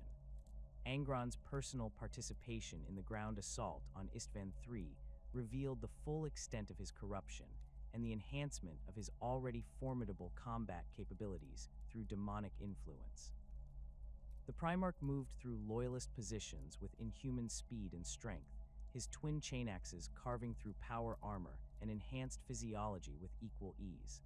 The artificial aggression generated by his neural implants was amplified by cosmic forces that fed on the violence he inflicted, creating a feedback loop that made him increasingly dangerous as the battle progressed. The Loyalist World Eaters who faced their corrupted Primarch on Istvan III found themselves confronting not just a superior opponent, but something that had transcended normal physical limitations through supernatural enhancement. Angron's combat style retained the brutal directness that had characterized his fighting since his gladiatorial days, but his movements now carried an otherworldly quality that suggested influences beyond mere neurological stimulation. His presence on the battlefield created an aura of violence that affected both friend and foe, inspiring his corrupted gene sons to greater brutality while filling Loyalist forces with supernatural dread. The systematic purging of Loyalist elements within the World Eaters during the Istvan III campaign was conducted with the same methodical efficiency that had once characterized their compliance actions during the Great Crusade. However, the criteria for determining loyalty had been fundamentally altered by their embrace of chaos doctrine. Space Marines who expressed concern about civilian casualties or questioned the necessity of extreme violence were identified as potential loyalists regardless of their stated allegiance to the War Master. The neural implants that many World Eaters had received made such moral considerations increasingly rare, but those who retained elements of their original personalities were systematically eliminated. The few World Eaters who survived the Loyalist purges did so through a combination of tactical skill and willingness to fully embrace the Legion's transformation. These Space Marines had either received neural implants that eliminated their capacity for moral hesitation or had consciously chosen to suppress such concerns in favor of survival. Their continued existence within the Legion served as examples to other Imperial forces of the complete abandonment of traditional Space Marine values that chaos corruption could produce. The aftermath of Istvan III saw the World Eaters emerge as one of the most thoroughly corrupted of the traitor legions, their transformation from disciplined Space Marines to chaos-enhanced berserkers essentially complete. The systematic elimination of Loyalist elements had removed the last internal constraints on their violent behavior, while their exposure to genuine demonic influence had begun producing physical and psychological changes that went far beyond the effects of their neural implants. The legion that had once been known as the War Hounds had become something entirely different, united only by their shared addiction to violence and their loyalty to their damaged Primarch. The drop site massacre at Istvan V provided the World Eaters with their most significant opportunity to demonstrate their enhanced capabilities against loyalist Space Marine forces. The operation was designed as a trap for loyalist legions responding to reports of the rebellion, with the initial wave of loyal forces actually consisting of traitors who would turn on their allies once battle was joined. The World Eaters were assigned to the second wave of the assault, positioned to exploit the confusion created by the betrayal while maximizing the psychological impact of their enhanced aggression. The Iron Hands, Salamanders, and Raven Guard, who comprised the initial loyalist assault force, were unprepared for the level of coordination between the traitor legions and the supernatural enhancement that chaos corruption had provided to their enemies.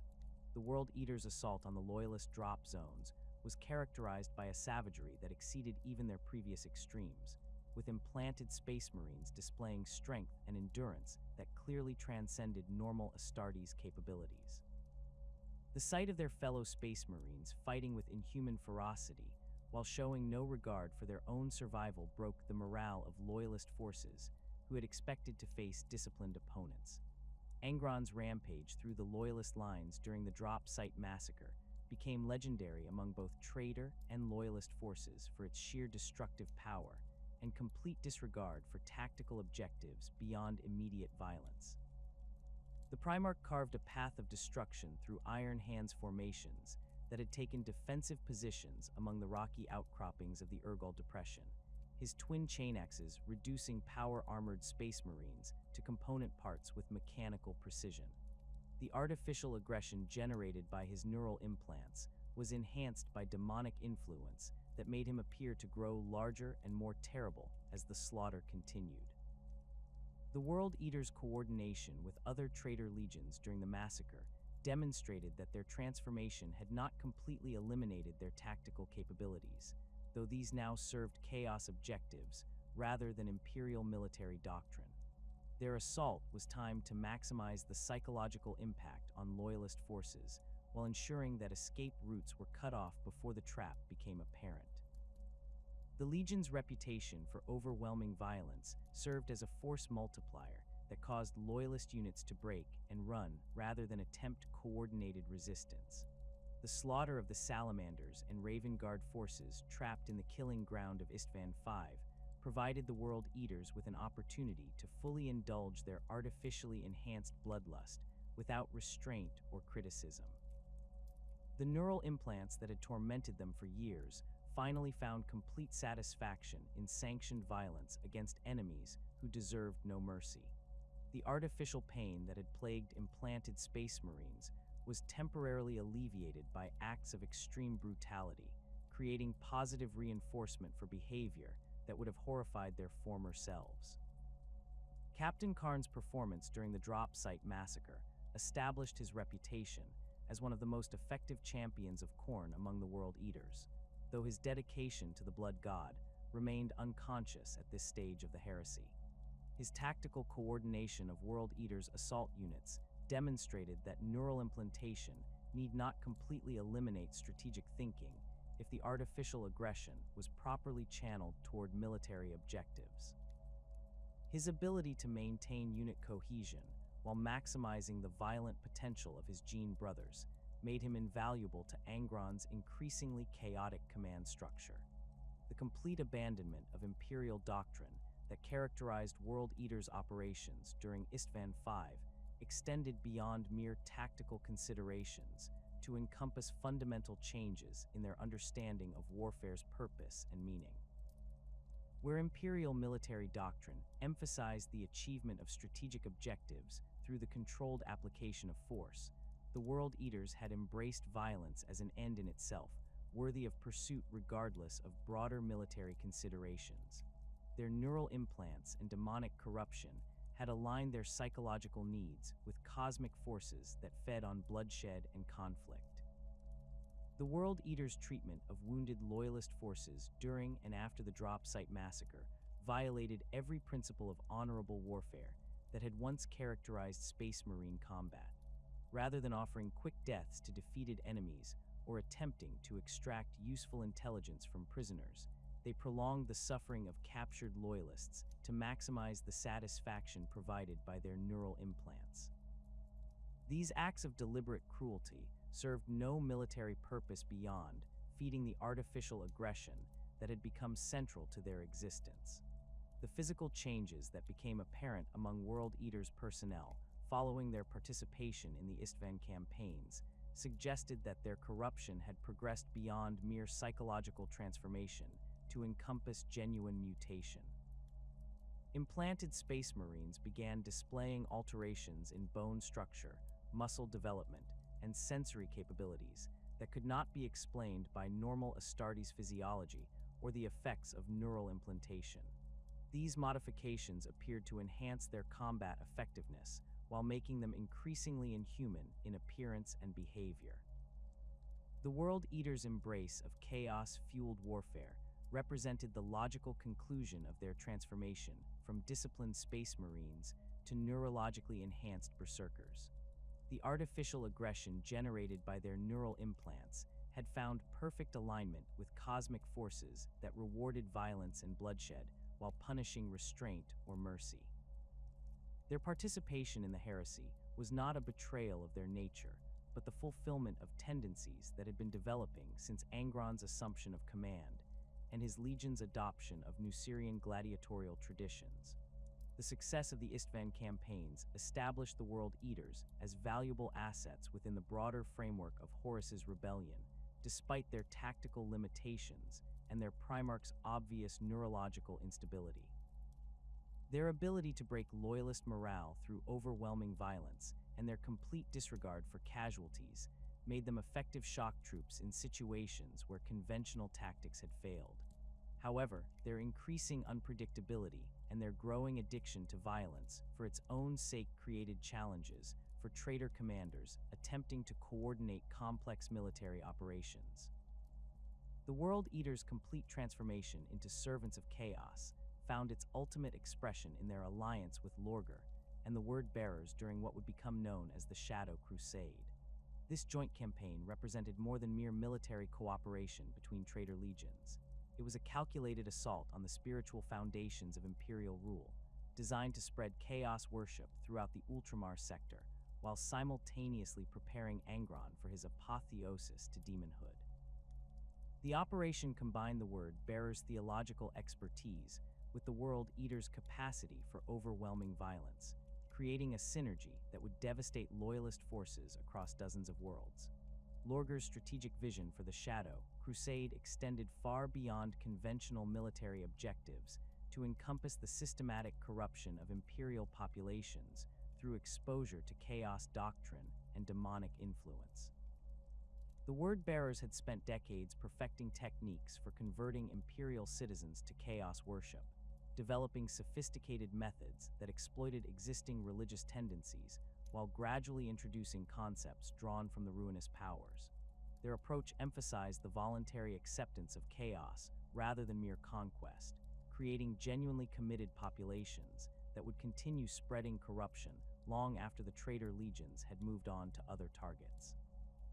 The World Eaters' role in this theological campaign was necessarily different from their Word-bearer allies, as their neurological condition made them unsuitable for the subtle manipulation required for mass conversion.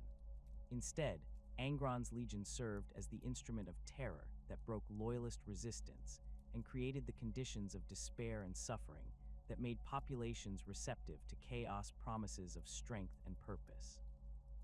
Their reputation for extreme brutality preceded them across the Ultramar sector, causing entire planetary governments to surrender without resistance, rather than face the systematic slaughter that World Eater's occupation inevitably brought. The campaign's opening phase targeted outlying worlds in the Ultramar sector, where Imperial presence was minimal and local defense forces were unprepared for the coordinated assault launched by 2 full Space Marine legions. The Word Bearers established orbital supremacy through conventional fleet actions, while World Eaters drop pods rain down on major population centers, their occupants emerging in states of artificially enhanced rage that made resistance futile. The contrast between the Word-Bearers' disciplined precision and the World Eaters' frenzied assault created psychological effects that extended far beyond the immediate tactical situation.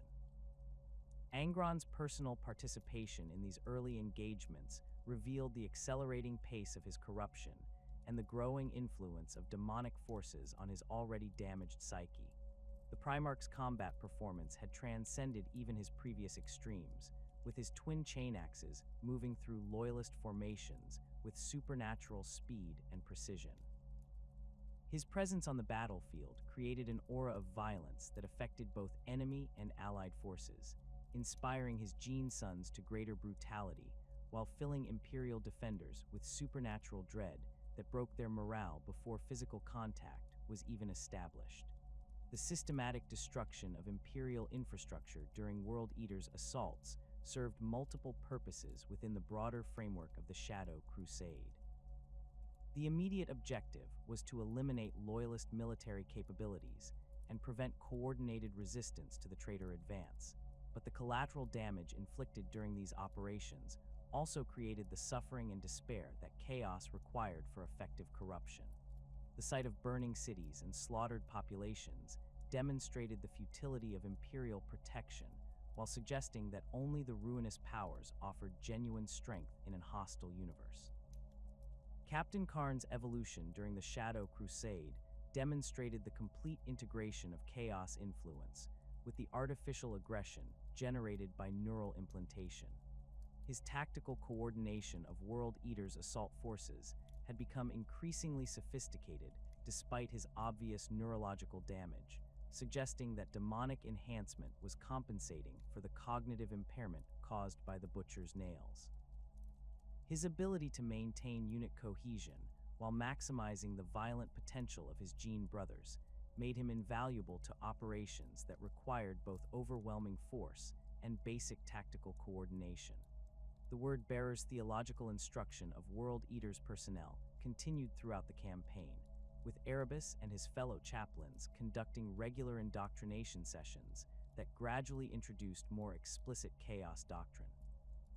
These educational programs no longer maintained the pretense of orthodox imperial teaching, but instead openly acknowledged the Ruinous Powers as legitimate cosmic entities worthy of worship and service. The World Eaters' neurological condition made them receptive to simple theological concepts that emphasized strength through violence, while requiring minimal complex reasoning to understand. The campaign's first major target was the industrial world of Armatura, whose manufacturing capabilities and strategic location made it a crucial component of Ultramar's defensive infrastructure. The planet's extensive orbital defenses and well-trained PDF forces represented a significant challenge that would have required careful planning and coordinated assault tactics from conventional Imperial forces. However, the combined capabilities of the Word-Bearers and World Eaters created tactical options that were unavailable to Loyalist commanders operating within the constraints of Imperial military doctrine. The assault on Armatura began with Word-Bearers' fleet elements establishing orbital supremacy through a combination of superior numbers and demonic enhancement that gave their vessels capabilities beyond normal Imperial Navy specifications. The planet's defense platforms and orbital installations were systematically destroyed through coordinated bombardment that eliminated the Loyalists' ability to contest the traitor advance. The speed and efficiency of this preliminary phase demonstrated the enhanced coordination that Chaos Corruption had provided to the rebel forces. World Eaters dropped pod assaults on Armatura's primary, hive cities created immediate chaos that prevented effective coordination of planetary defense efforts.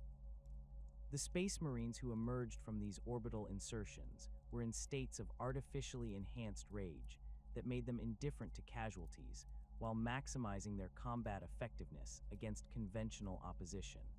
Their assault tactics emphasized overwhelming violence over tactical finesse, breaking through defensive positions through sheer aggression rather than exploiting tactical vulnerabilities. The systematic slaughter of Armatura's civilian population during the World Eater's urban assault operations served both immediate tactical purposes and broader strategic objectives within the Shadow Crusade's theological framework. The immediate goal was to eliminate potential resistance and prevent the organization of guerrilla warfare that could complicate occupation efforts. However, the mass casualties also created the suffering and despair that made surviving populations receptive to Chaos' promises of strength and protection from Imperial weakness. Angron's rampage through Armatura's capital, Hive became legendary among both traitor and loyalist forces for its sheer destructive power and complete disregard for any military objective beyond immediate violence. The Primarch carved a path of destruction through defensive positions that had been designed to channel attackers into predetermined killing zones, his supernatural strength and speed making conventional fortifications irrelevant. His twin chainaxes reduced power-armored PDF troopers and civilian populations to component parts with equal mechanical precision, while his presence inspired his Gene sons to similar acts of extreme brutality. The Word-Bearers' simultaneous operations in Armatura's outlying settlements demonstrated their sophisticated approach to population conversion and the systematic destruction of Imperial religious infrastructure. Rather than simply eliminating loyalist forces, Lorgar's Gene sons conducted carefully planned operations that preserved potential converts while eliminating those who showed strong resistance to Chaos influence.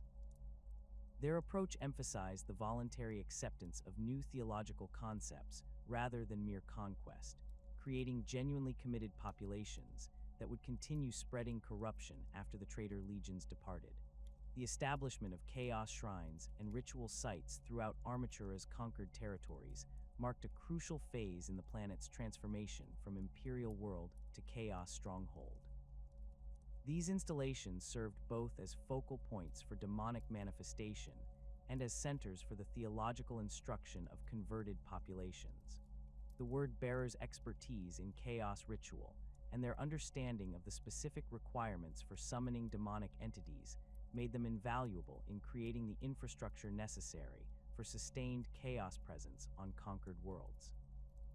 The World Eaters' participation in these ritual activities revealed the extent of their corruption and their growing alignment with the cosmic forces that the Word-Bearers served.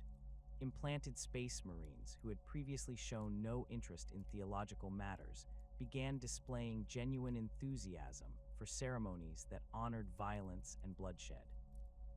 Their neural implants responded to the psychic resonance created by mass ritual activity, providing temporary relief from constant pain while reinforcing their dedication to Chaos objectives. The systematic targeting of Ultramarines' forces throughout the Armatura campaign demonstrated the traitors' understanding of their enemy's tactical doctrine and their ability to exploit the weaknesses inherent in loyalist military thinking.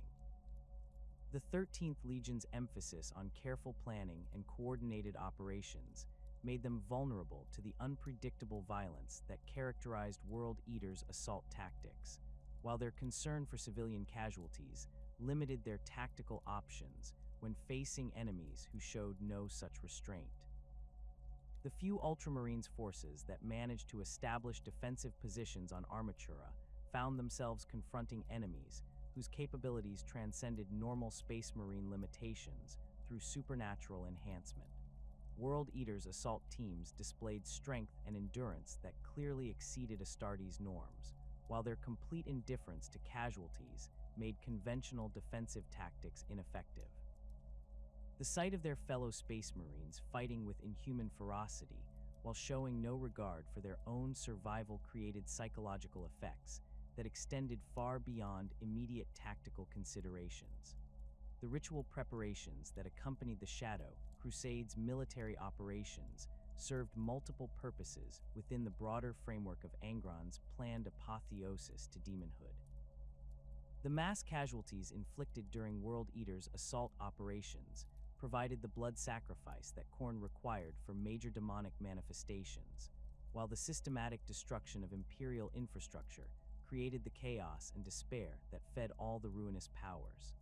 Each conquered world became a component in an increasingly elaborate ritual designed to transform the 12th Primarch from a neurologically damaged posthuman into a true Demon Prince.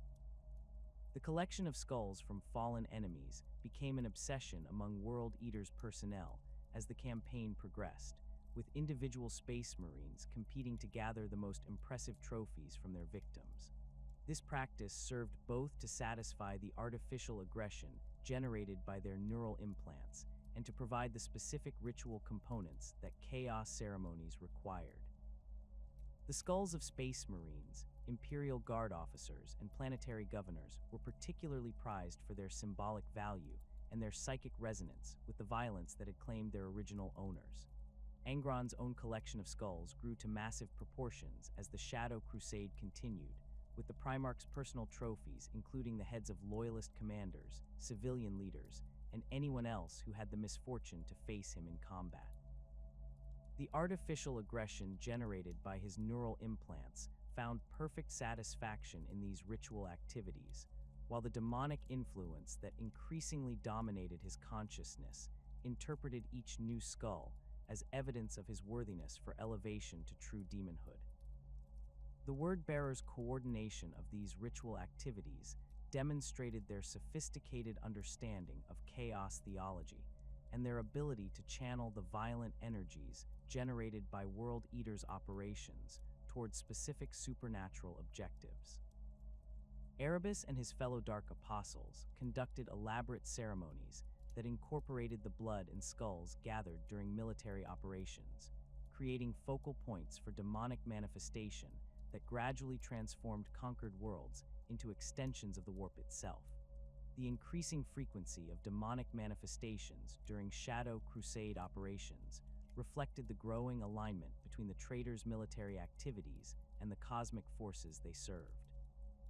Lesser demons began appearing on battlefields where World Eater's forces were engaged, drawn by the violence and bloodshed that their presence generated.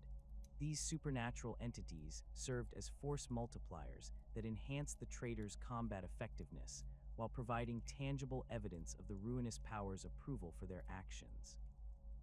The physical transformation of World Eater's personnel accelerated dramatically during the Shadow Crusade as their exposure to concentrated chaos influence reached unprecedented levels.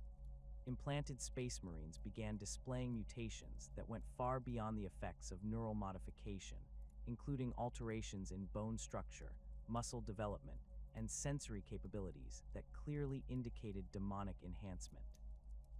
These changes improved their combat effectiveness while making them increasingly inhuman in appearance and behavior. The systematic destruction of loyalist forces throughout the Ultramar sector created a cascade effect that extended far beyond the immediate military situation to encompass fundamental changes in the region's political and spiritual landscape. Worlds that had been bastions of imperial loyalty for centuries found themselves cut off from reinforcement and facing enemies whose capabilities transcended normal military parameters. The psychological impact of the traitors' success encouraged defection and collaboration among populations that had previously been unshakably loyal to imperial rule. The Shadow Crusade's theological objectives began achieving measurable success as converted populations on conquered worlds started spreading chaos doctrine to neighboring systems through trade networks and communication channels that the traitors had deliberately left intact. This organic expansion of chaos influence created a self-sustaining corruption that would continue long after the military phase of the campaign had concluded, fulfilling Lorgar's vision of permanent transformation rather than mere conquest. The culmination of the Shadow Crusade's ritual preparations reached its crescendo as the combined fleets of the Word-Bearers and World Eaters approached Nuceria, the world that had shaped Angron's tormented existence and would now witness his final transformation. The return to his homeworld was not merely symbolic, but essential to the complex demonic ritual that Lorgar had been orchestrating throughout their campaign of destruction. The psychic resonance between Angron and the planet where he had suffered so greatly would provide the spiritual anchor necessary to complete his apotheosis, while the accumulated blood debt from their conquests across Ultramar had satisfied Khorne's requirements for such a momentous elevation. The Nucerian high riders who had once tormented the young Primarch in their gladiatorial pits now cowered in their fortified cities as orbital bombardment rained down upon their world. The irony was not lost on Angron, though his capacity for such complex emotional recognition had been severely compromised by decades of neurological deterioration and increasing demonic influence. The butcher's nails that had been forced into his skull by these same oppressors now sang with anticipation as Khorne's presence grew stronger in the material realm, the artificial pain that had plagued him for so long beginning to transform into something approaching divine ecstasy. Lorgar's preparations for the ritual had been meticulous, drawing upon millennia of accumulated knowledge about the precise requirements for elevating a mortal being to demonhood. The Word-Bearer's Primarch understood that Angron's existing neurological damage would actually facilitate the process, as the butcher's nails had already begun breaking down the barriers between his consciousness and the warp. The constant artificial stimulation had created neural pathways that were perfectly aligned with Khorne's domain, making the 12th Primarch an ideal candidate for transformation into one of the Blood God's greatest champions. The ritual site chosen for Angron's apotheosis was the very mountain range where his gestation pod had crashed decades earlier, the location where his torment had begun and where it would now reach its ultimate purpose. Word-Bearer's sorcerers had spent weeks preparing the area, carving massive ritual circles into the living rock and inscribing them with symbols that hurt to look upon with unaugmented eyes. The geometric patterns drew their power from the accumulated suffering that had occurred on Nuceria over the centuries, channeling the psychic resonance of countless gladiatorial deaths into a focused conduit for demonic manifestation. The blood required for such a momentous ritual could not come from ordinary sources, but demanded the life essence of beings whose deaths would resonate across both the material realm and the warp. Lorgar had carefully orchestrated the Shadow Crusade to provide exactly such sacrifices, with the skulls and blood of loyalist space marines, planetary governors, and countless civilians creating a psychic maelstrom that drew Khorne's attention like a beacon. The ritual circles carved into Nuceria's mountains ran red with this accumulated offering, the liquid seeming to move with its own volition as demonic forces began to stir in response. Angron's physical condition had deteriorated dramatically during the final approach to Nuceria, his body racked by spasms as the butcher's nails responded to the growing psychic pressure. The neural implants that had tormented him for so long were beginning to resonate with frequencies that existed beyond normal reality, their crude archaeotech components somehow interfacing with cosmic forces that their creators could never have imagined. His twin chainaxes, Gorefather and Gorechild, had begun manifesting supernatural properties that made them glow with internal heat and hunger for violence that transcended their mechanical function. The World Eaters who witnessed their Primarch's transformation during these final days reported experiences that challenged their understanding of reality itself. Angron's presence had become physically oppressive, creating an aura of barely contained violence that made even his most corrupted gene sons uncomfortable in his vicinity.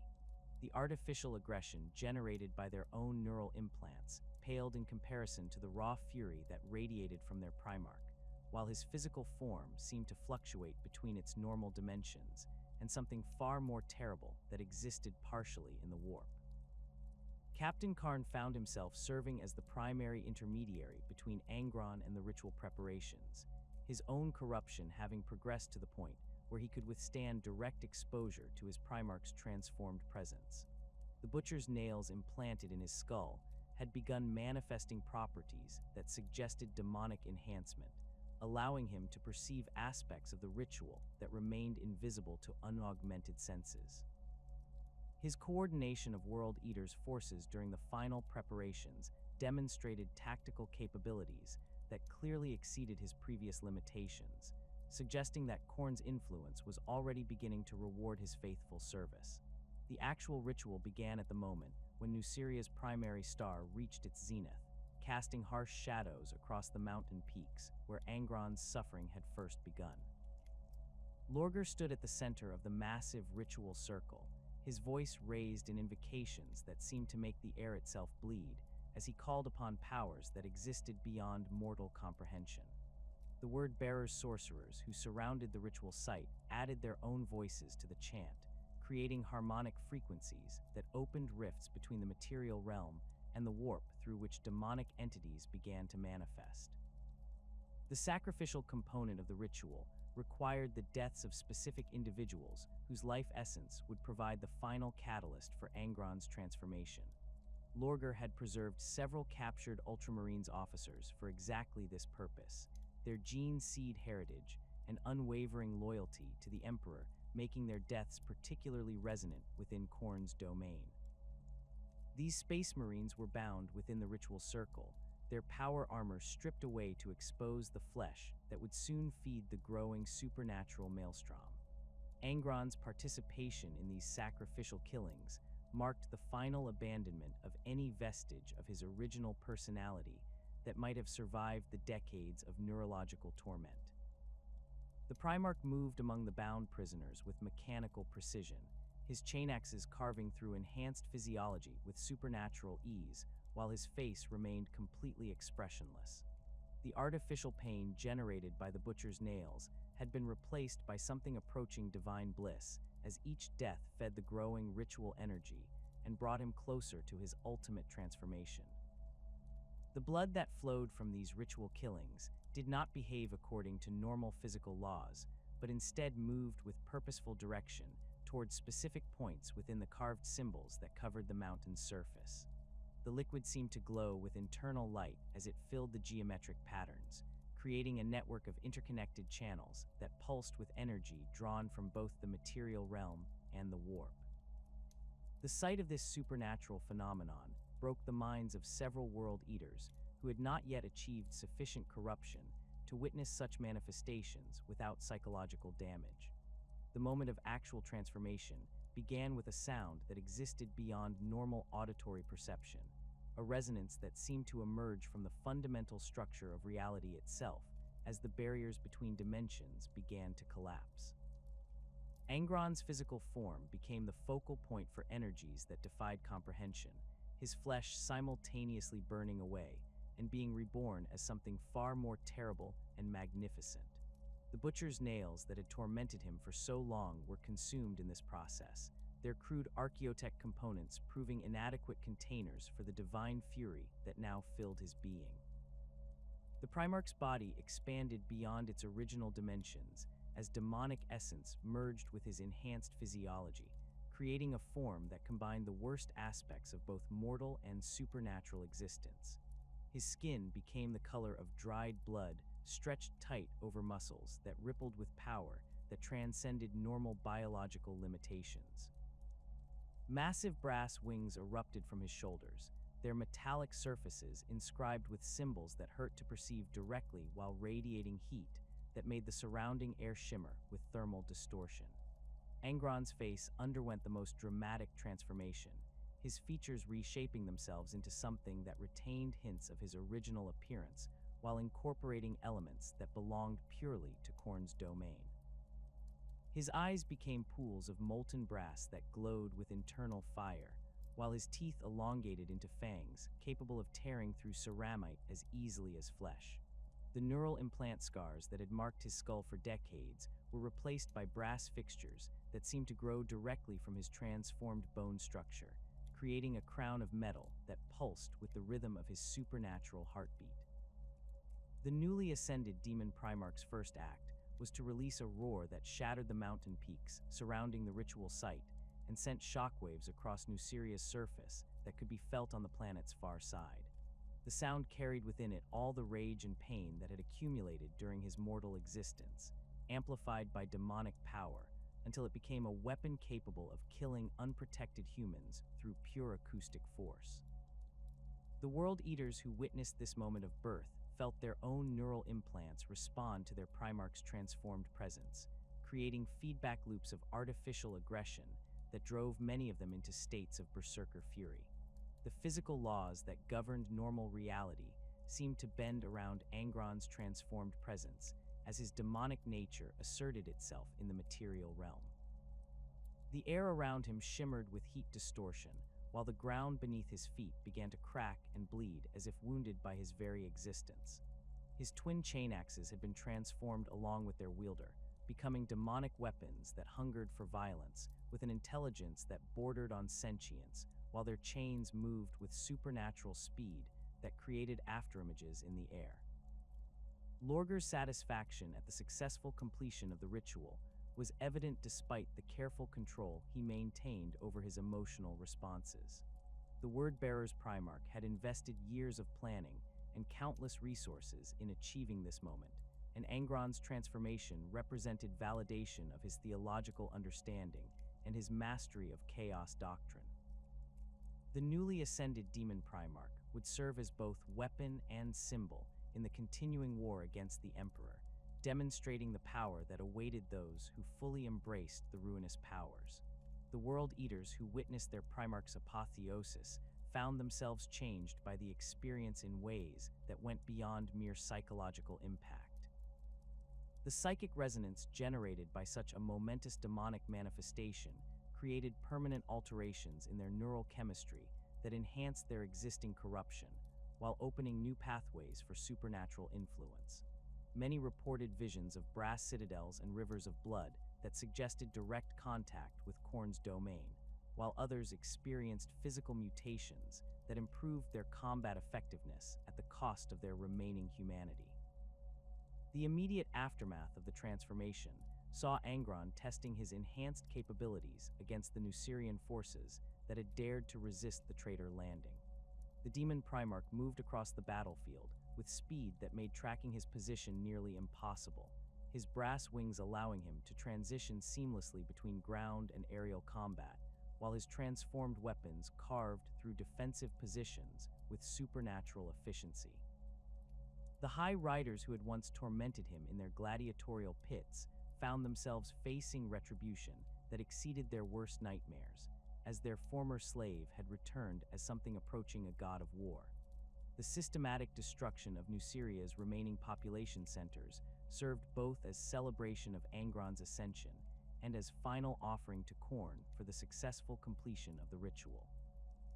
The World Eaters who participated in these operations fought with enhanced ferocity that reflected their Primarch's transformed nature, their own neural implants resonating with his demonic presence in ways that amplified their artificial aggression beyond previous limits. The planet that had shaped Angron's tormented existence was transformed into a monument to violence that would serve as a permanent gateway between the material realm and Khorne's domain. The few surviving Nucerian High Riders who witnessed Angron's return as a Demon Primarch experienced psychological trauma that transcended normal human comprehension. Their understanding of reality collapsed as they confronted the transformed being who had once been their property, his ascension to demonhood representing the complete inversion of the natural order they had taken for granted. The terror they experienced in their final moments provided additional psychic energy that fed Khorne's growing influence in the material realm, while serving as fitting conclusion to the injustices they had inflicted during their lives of privilege and cruelty. The transformation of Angron into a Demon Primarch represented more than just the ascension of a single being to demonhood. It marked the emergence of Khorne's most potent weapon in the material realm, one that would soon be unleashed upon the very heart of the Imperium.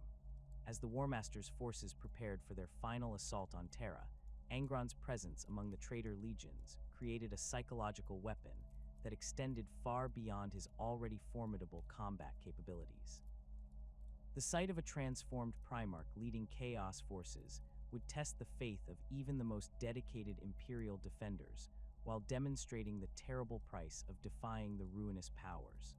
The journey to Terra saw the World Eaters' Legion undergo further transformation as their proximity to their ascended Primarch accelerated their own corruption.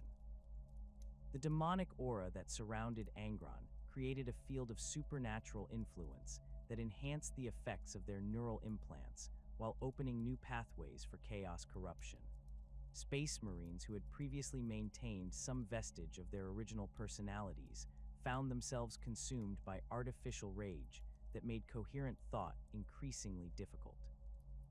The artificial pain generated by the butcher's nails was gradually replaced by a burning hunger for violence that could only be satisfied through acts of extreme brutality. Captain Karn's evolution during this period demonstrated the ultimate fusion of neural enhancement with demonic blessing, as his tactical capabilities somehow improved despite the obvious deterioration of his cognitive functions. His coordination of World Eater's assault forces had become an art form that transcended normal military doctrine, relying on intuitive understanding of violence rather than rational planning. The brass collar that had appeared around his neck during Angron's transformation pulsed with the same rhythm as his Primarch's supernatural heartbeat, creating a sympathetic resonance that allowed him to channel Khorne's favor directly into combat effectiveness. The World Eater's approach to the solar system created immediate complications for Imperial defense planners who had been preparing for conventional siege warfare rather than supernatural assault. Their fleet movements displayed tactical patterns that defied logical analysis, with vessels appearing to coordinate through means that transcended normal communication protocols. The presence of a demon Primarch aboard their flagship created warp disturbances that interfered with Imperial augury, while generating psychological effects that could be felt across entire star systems. Imperial forces manning the outer system's defensive installations reported disturbing phenomena as the World Eater's fleet approached their positions. Astropathic communications became increasingly unreliable as Angron's presence created interference patterns in the warp that scrambled psychic messages and drove sensitive individuals to madness. Void shields flickered without apparent cause, while machine spirits in critical systems began displaying erratic behavior that suggested supernatural influence. The very presence of an ascended demon in the material realm was beginning to warp reality around it in ways that Imperial technology was not designed to handle. The assault on Luna's defensive networks provided the first demonstration of Angron's enhanced capabilities against prepared Imperial positions. The Demon Primarch's approach to the moon's surface created atmospheric disturbances that registered on seismic equipment as earthquakes, while his presence generated electromagnetic anomalies that disabled entire communication arrays. The solar auxilia forces manning Luna's gun batteries found themselves facing an enemy whose very existence challenged their understanding of what was possible within the laws of physics. Angron's assault on the lunar fortifications displayed combat capabilities that transcended even his previous extremes of violence and destruction. His demonic form moved across the battlefield with speed that made visual tracking nearly impossible, while his brass wings allowed him to transition seamlessly between ground assault and aerial bombardment of defensive positions. The transformed chainaxes, Gorefather and Gorechild, carved through reinforced barriers as easily as flesh, their demonic intelligence allowing them to seek out structural weaknesses that conventional weapons would have missed. The psychological impact of witnessing a demon Primarch in combat proved as devastating as his physical assault capabilities. Solar Auxilia troops who had trained for decades to face the worst enemies humanity could imagine found themselves confronting something that existed beyond their comprehension. The sight of Angron's transformed features and the sound of his supernatural roar broke the morale of entire regiments, causing mass desertion among forces that had previously been considered unshakably loyal to Imperial rule. The World Eaters who followed their ascended Primarch into battle on Luna demonstrated enhanced combat effectiveness that clearly indicated supernatural influence beyond their neural implants. Individual Space Marines displayed strength and endurance that exceeded normal Astartes' capabilities by significant margins, while their complete indifference to injuries that should have been incapacitating suggested demonic enhancement of their already formidable physiology. The brass fixtures that had begun appearing on their armor pulsed with the same rhythm as Angron's heartbeat, creating visual confirmation of their supernatural connection to their transformed Gene Father.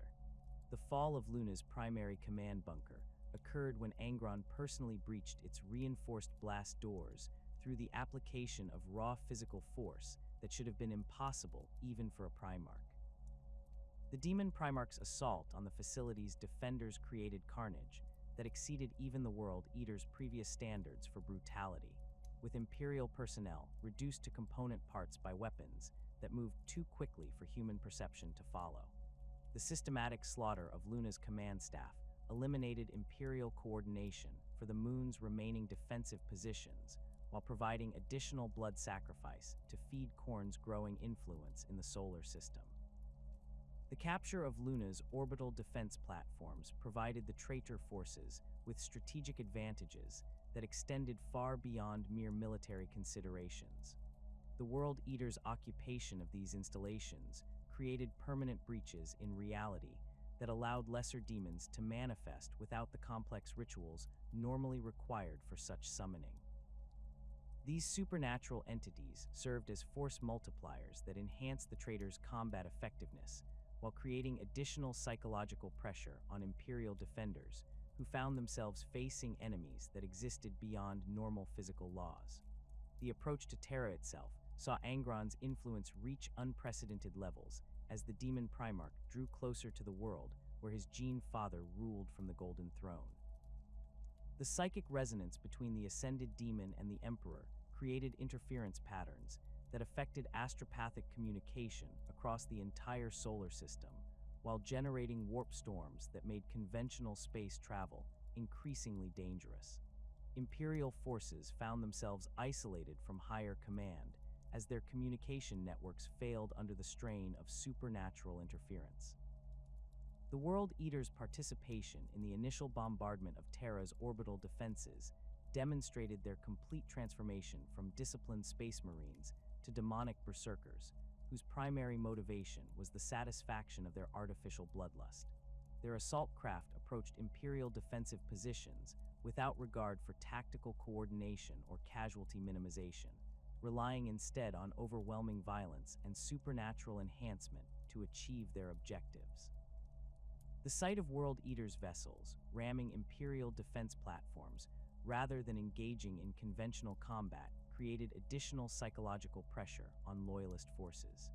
The breaching of Terra's outer defensive perimeter occurred when Angron personally led World Eater's assault forces against the Eternity Wall spaceport, his demonic presence creating a focal point for chaos influence that allowed lesser demons to manifest directly on the planet's surface. The Demon Primarch's assault on the spaceport's defensive positions created immediate tactical advantages for traitor forces, while demonstrating the futility of conventional fortifications against supernatural enemies. Imperial Guard regiments that had been positioned to repel conventional assault found themselves facing enemies whose capabilities transcended normal military parameters. The systematic destruction of Terra's defensive installations served multiple purposes within the broader framework of the siege, providing immediate tactical advantages while creating the suffering and chaos that fed all the Ruinous Powers. World Eater's assault teams carved paths of destruction through Imperial positions that left no survivors, their neural implants and demonic enhancement combining to create levels of violence that horrified even veteran Imperial forces. The brass fixtures that adorned their armor glowed with internal heat as they fed on the bloodshed, creating visual confirmation of their supernatural nature. Captain Karn's performance during the assault on Terra's defenses established his reputation as one of Khorne's most favored champions, though his dedication to the Blood God remained largely unconscious. His tactical coordination of World Eater's forces during complex urban combat operations demonstrated capabilities that clearly exceeded his original limitations, while his personal combat effectiveness had reached levels that challenged even other Space Marine champions. The brass collar around his neck had begun manifesting additional properties that suggested direct demonic blessing, including the ability to deflect weapons fire through supernatural means. The World Eater's advance toward the Imperial Palace created a trail of destruction that could be seen from orbital positions, their assault leaving entire districts of the capital city burning, while the bodies of Imperial defenders lined the streets. The artificial aggression generated by their neural implants found perfect satisfaction in the systematic slaughter of Terra's population, while their demonic enhancement allowed them to continue fighting despite injuries that should have proven fatal.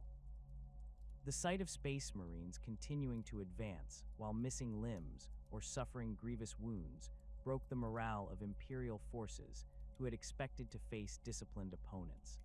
The assault on the Imperial Palace's outer defenses provided Angron with his first opportunity to test his enhanced capabilities against the fortifications that protected the Emperor himself. The Demon Primarch's approach to the palace walls created immediate structural damage as his presence warped reality around him, causing ancient stonework to crack and bleed as if wounded by his very existence. The defensive systems that had protected the palace for millennia began failing as machine spirits corrupted by his demonic aura turned against their imperial masters.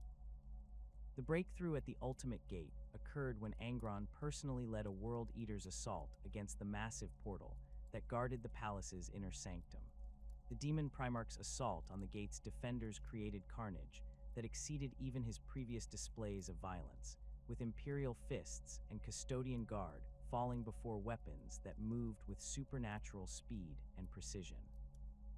The sight of the Emperor's most elite defenders being systematically slaughtered by a transformed Primarch created psychological effects that rippled throughout the palace's remaining garrison. The World Eaters who followed Angron through the breached Ultimate Gate found themselves fighting in corridors that had witnessed 10,000 years of Imperial history, their presence desecrating sacred spaces that had been untouched by enemy forces since the palace's construction. The artificial aggression generated by their neural implants reached new heights as they drew closer to the Emperor's throne room, while their demonic enhancement allowed them to perceive aspects of the palace's psychic defenses that remained invisible to normal senses. The final approach to the throne room saw Angron's corruption reach its ultimate expression as the Demon Primarch prepared to confront the being who had claimed to be his father. The artificial pain that had plagued him since his discovery on Nuceria had been completely replaced by divine ecstasy as Khorne's favor flowed through him, while his transformed weapons hungered for the ultimate prize that awaited beyond the throne room's massive doors. The World Eaters who accompanied him into this final battle carried with them the accumulated rage of decades spent in service to a system that had never valued their sacrifice. The news of Horus's defeat aboard his flagship reached the World Eaters as they prepared for their final assault on the throne room, creating immediate confusion among forces that had been focused entirely on their immediate objective. The War Master's death eliminated the coordinating intelligence that had held the traitor alliance together, while removing the strategic vision that had made their rebellion possible. Without Horus's leadership, the individual traitor legions found themselves isolated and vulnerable to Imperial counterattack. Angron's response to the War Master's defeat demonstrated the complete dominance of his demonic nature over any vestige of rational strategic thinking that might have survived his transformation. Rather than recognizing the changed tactical situation and adapting accordingly, the Demon Primarch's only concern was the immediate satisfaction of his supernatural bloodlust through continued violence against Imperial forces. His neural implants and demonic blessing had created a feedback loop that made retreat or negotiation psychologically impossible, trapping him in a cycle of violence that could only end in death or victory. The World Eaters' withdrawal from Terra occurred under circumstances that reflected their complete transformation from disciplined Space Marines to chaos-corrupted berserkers whose primary loyalty was to violence itself rather than any strategic objective. Their retreat from the Imperial Palace was conducted without coordination or planning, with individual units fighting rearguard actions that served no purpose beyond satisfying their artificial bloodlust. The sight of World Eaters continuing to engage Imperial forces, even as their overall position became untenable, demonstrated their complete abandonment of rational military doctrine. The fighting retreat through Terra's burning streets provided the World Eaters with additional opportunities to indulge their enhanced aggression against Imperial forces who were attempting to capitalize on the traitors' disorganization. Individual Space Marines fought with supernatural ferocity that made conventional pursuit tactics ineffective, while their complete indifference to casualties allowed them to inflict disproportionate losses on Imperial forces even during their withdrawal. The brass fixtures on their armor continued to glow with internal heat as they fed on the violence, creating visual confirmation of their demonic nature. The evacuation to the Eye of Terror represented the World Eater's final abandonment of the material realm as their primary area of operations, though their transformation had made such considerations largely irrelevant to their continued existence. Angron's demonic nature allowed him to exist indefinitely in either realm, while his gene sons had become so corrupted that the distinction between reality and the warp had lost much of its meaning. Their withdrawal from Terra was not a retreat, but a transition to a different phase of their eternal war against everything that represented order and civilization. The establishment of demon worlds within the Eye of Terror provided the World Eaters with operational bases that reflected their transformed nature and their complete dedication to Khorne's worship. These planets existed in a state of perpetual warfare, where the laws of physics bent to accommodate supernatural violence, creating environments where the Legion's enhanced aggression could find constant satisfaction. The cities that rose on these worlds were built from brass and bone, their architecture designed to channel the psychic energy generated by endless combat toward the glory of the Blood God. Angron's role as Lord of these demon worlds demonstrated his complete integration with Khorne's domain and his function as the Blood God's primary champion in both material and supernatural conflicts. The demon Primarch's presence transformed entire planets into extensions of his patron deity's realm, creating permanent breaches between dimensions that allowed unlimited demonic manifestation. His palace fortress became a focal point for chaos influence that could be felt across multiple star systems, serving as both military headquarters and religious shrine for the worship of violence itself. The World Eaters who served under their ascended Primarch on these demon worlds found their own corruption accelerated by constant exposure to concentrated chaos influence and the supernatural environment that surrounded them. Their neural implants evolved into organic components of their transformed physiology, while their power armor fused with their enhanced flesh to create hybrid entities that existed somewhere between Space Marine and Demon. The artificial aggression that had once tormented them became a source of divine ecstasy that made their previous existence seem like a pale shadow of true experience. The long war that followed the heresy's conclusion saw the World Eaters emerge from the Eye of Terror in raids and invasions that brought their enhanced violence to Imperial worlds across the galaxy. These operations served multiple purposes within Khorne's broader strategy, providing blood sacrifice to feed the Blood God's power, while demonstrating the futility of Imperial resistance to chaos influence. Angron's personal participation in these campaigns created psychological weapons that extended far beyond his immediate combat capabilities, as news of the Demon Primarch's presence could break Imperial morale before battle was even joined. The World Eaters' approach to warfare during the Long War reflected their complete transformation from disciplined military force to supernatural weapon of pure destruction. Their raids on Imperial worlds followed no strategic pattern beyond the immediate satisfaction of their bloodlust, with target selection based on the potential for maximum violence rather than tactical advantage. The sight of World Eaters' forces emerging from warp rifts to assault civilian populations created terror that spread far beyond their immediate operational area, serving Khorne's objectives even when no military goals were achieved. The transformation of Angron into a demon Primarch fundamentally altered his relationship with reality itself, binding his existence to the warp in ways that transcended the limitations of mortal flesh, while creating new forms of imprisonment that would define his eternal existence. Unlike his gene sons, who remained primarily creatures of the material realm despite their corruption, Angron's ascension made him a true extension of Khorne's will, capable of manifesting in real space only when specific conditions aligned to support his demonic nature. The brass collar that had appeared during his transformation served as both symbol of his elevation and anchor that connected him to the Blood God's domain, pulsing with energies that existed beyond normal comprehension. The mechanics of Angron's manifestation in the material realm required constant feeding through acts of violence and bloodshed, creating a symbiotic relationship between his presence and the warfare that surrounded him. Extended periods in real space without sufficient carnage would gradually weaken his physical form until he was forced to retreat to the warp, while massive battles and widespread slaughter could sustain his manifestation for months or even years at a time. This dependency on violence created tactical limitations that affected World Eater's operations, as their Primarch's availability for direct leadership was tied to the intensity of whatever conflict they were engaging in.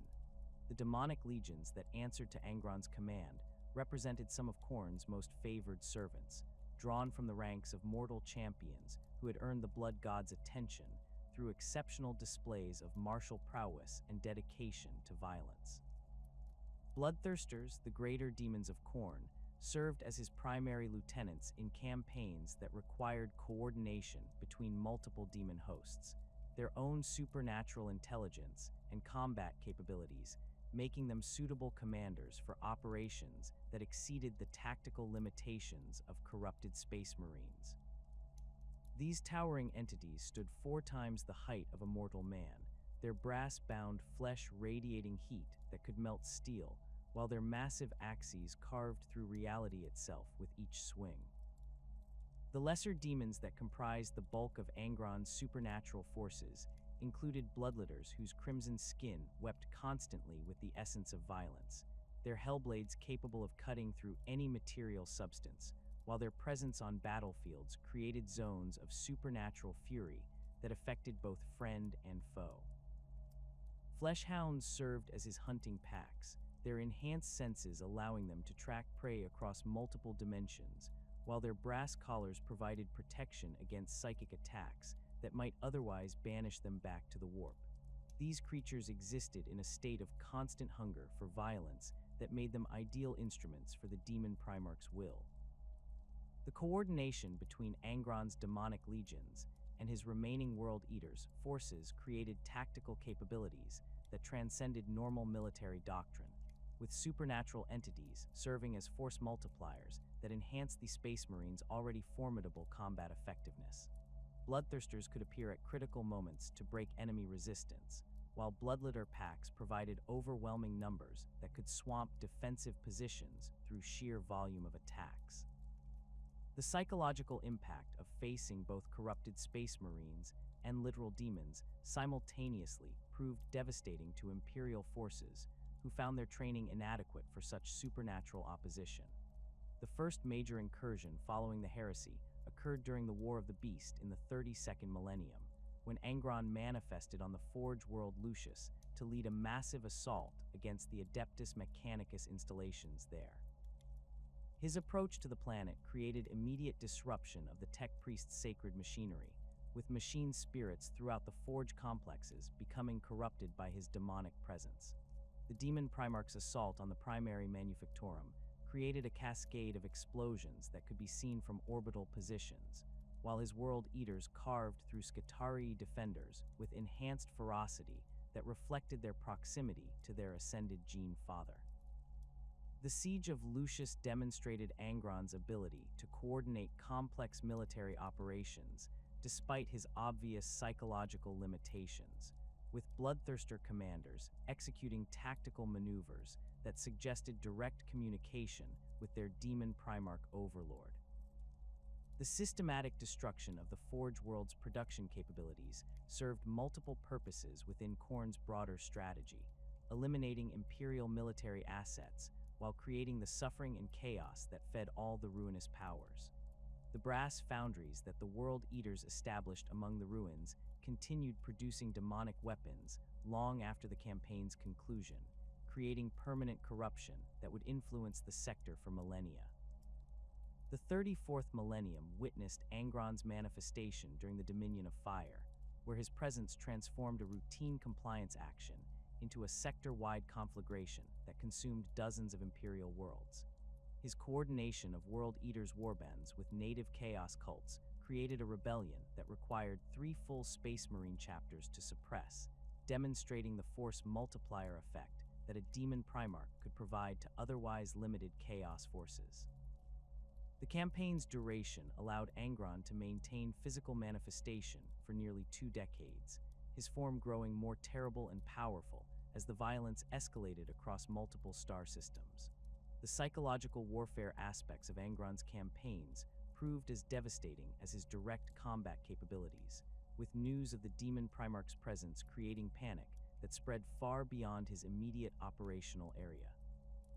Imperial Guard regiments reported mass desertion when faced with the prospect of engaging World Eater's forces led by their transformed Gene Father, while planetary governors sometimes surrendered entire worlds rather than risk the systematic slaughter that Angron's presence inevitably brought.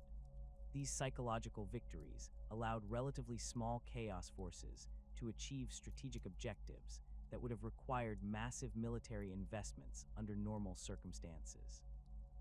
The relationship between Angron and the other chaos powers remained complex and often antagonistic, as Khorne's domain of straightforward violence conflicted with the more subtle approaches favored by Tzeentch, Nurgle, and Slaanesh. The Demon Primarch's single-minded focus on immediate bloodshed made him unsuitable for operations that required political manipulation or long-term planning, while his contempt for weakness extended to chaos forces that relied on corruption or seduction rather than direct confrontation.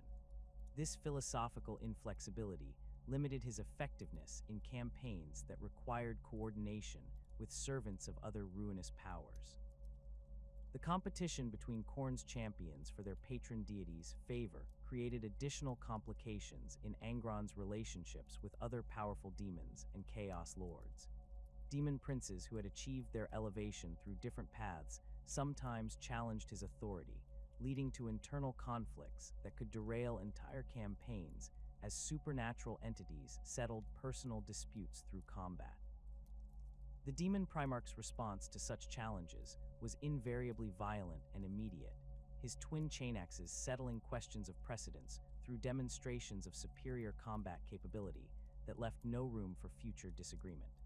Angron's position within Khorne's hierarchy was secured not through political maneuvering, but through his consistent ability to generate the massive bloodshed that the Blood God required for maintaining power within the warp. His campaigns across Imperial space created cascading effects that fed Khorne's domain with the psychic energy generated by warfare, while his personal combat record included victories over enemy champions that resonated throughout both material and supernatural realms. The skulls that adorned his fortress palace represented not mere trophies but spiritual currency that maintained his standing among Khorne's greatest servants. The 36th Millennium brought Angron's most sustained manifestation during the Gothic War, where his coordination of World Eater's forces with the Blackstone fortresses created unprecedented opportunities for large-scale destruction. His presence aboard these ancient weapons transformed them into something approaching demon engines, their reality-warping capabilities enhanced by his supernatural nature, while their crews were gradually corrupted by exposure to his demonic aura. The systematic destruction of Imperial Navy assets during this campaign created a power vacuum that allowed Chaos forces to establish permanent footholds throughout the Gothic sector. The tactical evolution of World Eater's forces under Angron's direct leadership demonstrated the enhancement that demonic influence could provide to already formidable Space Marine capabilities. Individual Chaos Marines displayed strength and endurance that clearly exceeded normal Astartes parameters, while their coordination during complex operations suggested supernatural communication methods that transcended normal command structures. The brass fixtures that adorned their armor served as conduits for their Primarch's influence, creating sympathetic resonance that allowed him to coordinate their actions across vast distances. The establishment of demon worlds within the Eye of Terror provided Angron with permanent bases of operation that reflected his transformed nature and his complete dedication to Khorne's worship. These planets existed in states of perpetual warfare, where the laws of physics bent to accommodate supernatural violence, creating environments where his enhanced aggression could find constant satisfaction. The cities that rose on these worlds were built from brass and bone, their architecture designed to channel the psychic energy generated by endless combat toward the glory of the Blood God. The 37th Millennium witnessed multiple manifestations as Angron led increasingly ambitious raids against Imperial strongholds, his growing confidence in his demonic abilities allowing him to maintain physical presence for extended periods. The assault on Cadia's outer defenses during this period demonstrated his ability to coordinate massive supernatural forces against prepared Imperial positions, with Bloodthirster legions serving as shock troops while World Eater's warbands exploited the breaches they created. The campaign's ultimate failure resulted not from Imperial resistance, but from internal conflicts between competing Chaos factions that undermined the unified command structure necessary for such complex operations. The relationship between Angron and his surviving Gene sons evolved throughout the millennia, as both Primarch and Legion underwent continued transformation under Chaos influence. The World Eaters who served directly under their Demon Primarch found their own corruption accelerated by constant exposure to his supernatural presence, their neural implants evolving into organic components of their transformed physiology, while their power armor fused with their enhanced flesh. These changes improved their combat effectiveness, while making them increasingly inhuman in appearance and behavior. The recruitment practices employed by World Eaters' warbands reflected their complete abandonment of traditional Space Marine selection criteria in favor of candidates whose psychological profiles suggested compatibility with neural implantation and Chaos corruption. Aspirants were chosen based on their potential for violence and their tolerance for pain rather than their capacity for tactical thinking or strategic planning. The gene seed implantation process had been modified to include ritual components that honored Khorne, while ensuring that new Space Marines would be receptive to the supernatural influences that define the Legion's transformed nature. The 38th Millennium brought Angron's participation in the 13th Black Crusade, where his coordination with Abaddon, the Despoiler, created unprecedented opportunities for Chaos expansion into Imperial space. His assault on the Cadian Gate's defensive installations demonstrated the strategic value that a Demon Primarch could provide to large-scale military operations, with his presence creating focal points for demonic manifestation that allowed supernatural forces to establish permanent beachheads in real space. The systematic destruction of Imperial Navy assets during the campaign eliminated the mobility advantages that loyalist forces had traditionally relied upon to counter Chaos incursions. The fall of Cadia itself provided Angron with his greatest manifestation opportunity in millennia, as the planet's destruction created psychic shockwaves that resonated throughout both material and supernatural realms. His presence during the Fortress World's final moments transformed what should have been a Chaos victory into something approaching a religious experience for his followers, with World Eaters' forces fighting with supernatural ferocity that impressed even veteran Chaos champions. The destruction of the pylons that had held back the Eye of Terror for 10,000 years created permanent changes in the galaxy's spiritual landscape that enhanced Angron's ability to manifest across multiple sectors simultaneously. The opening of the Great Rift fundamentally altered the strategic situation throughout the galaxy, creating conditions that favored Angron's demonic nature while providing unprecedented opportunities for large-scale manifestation.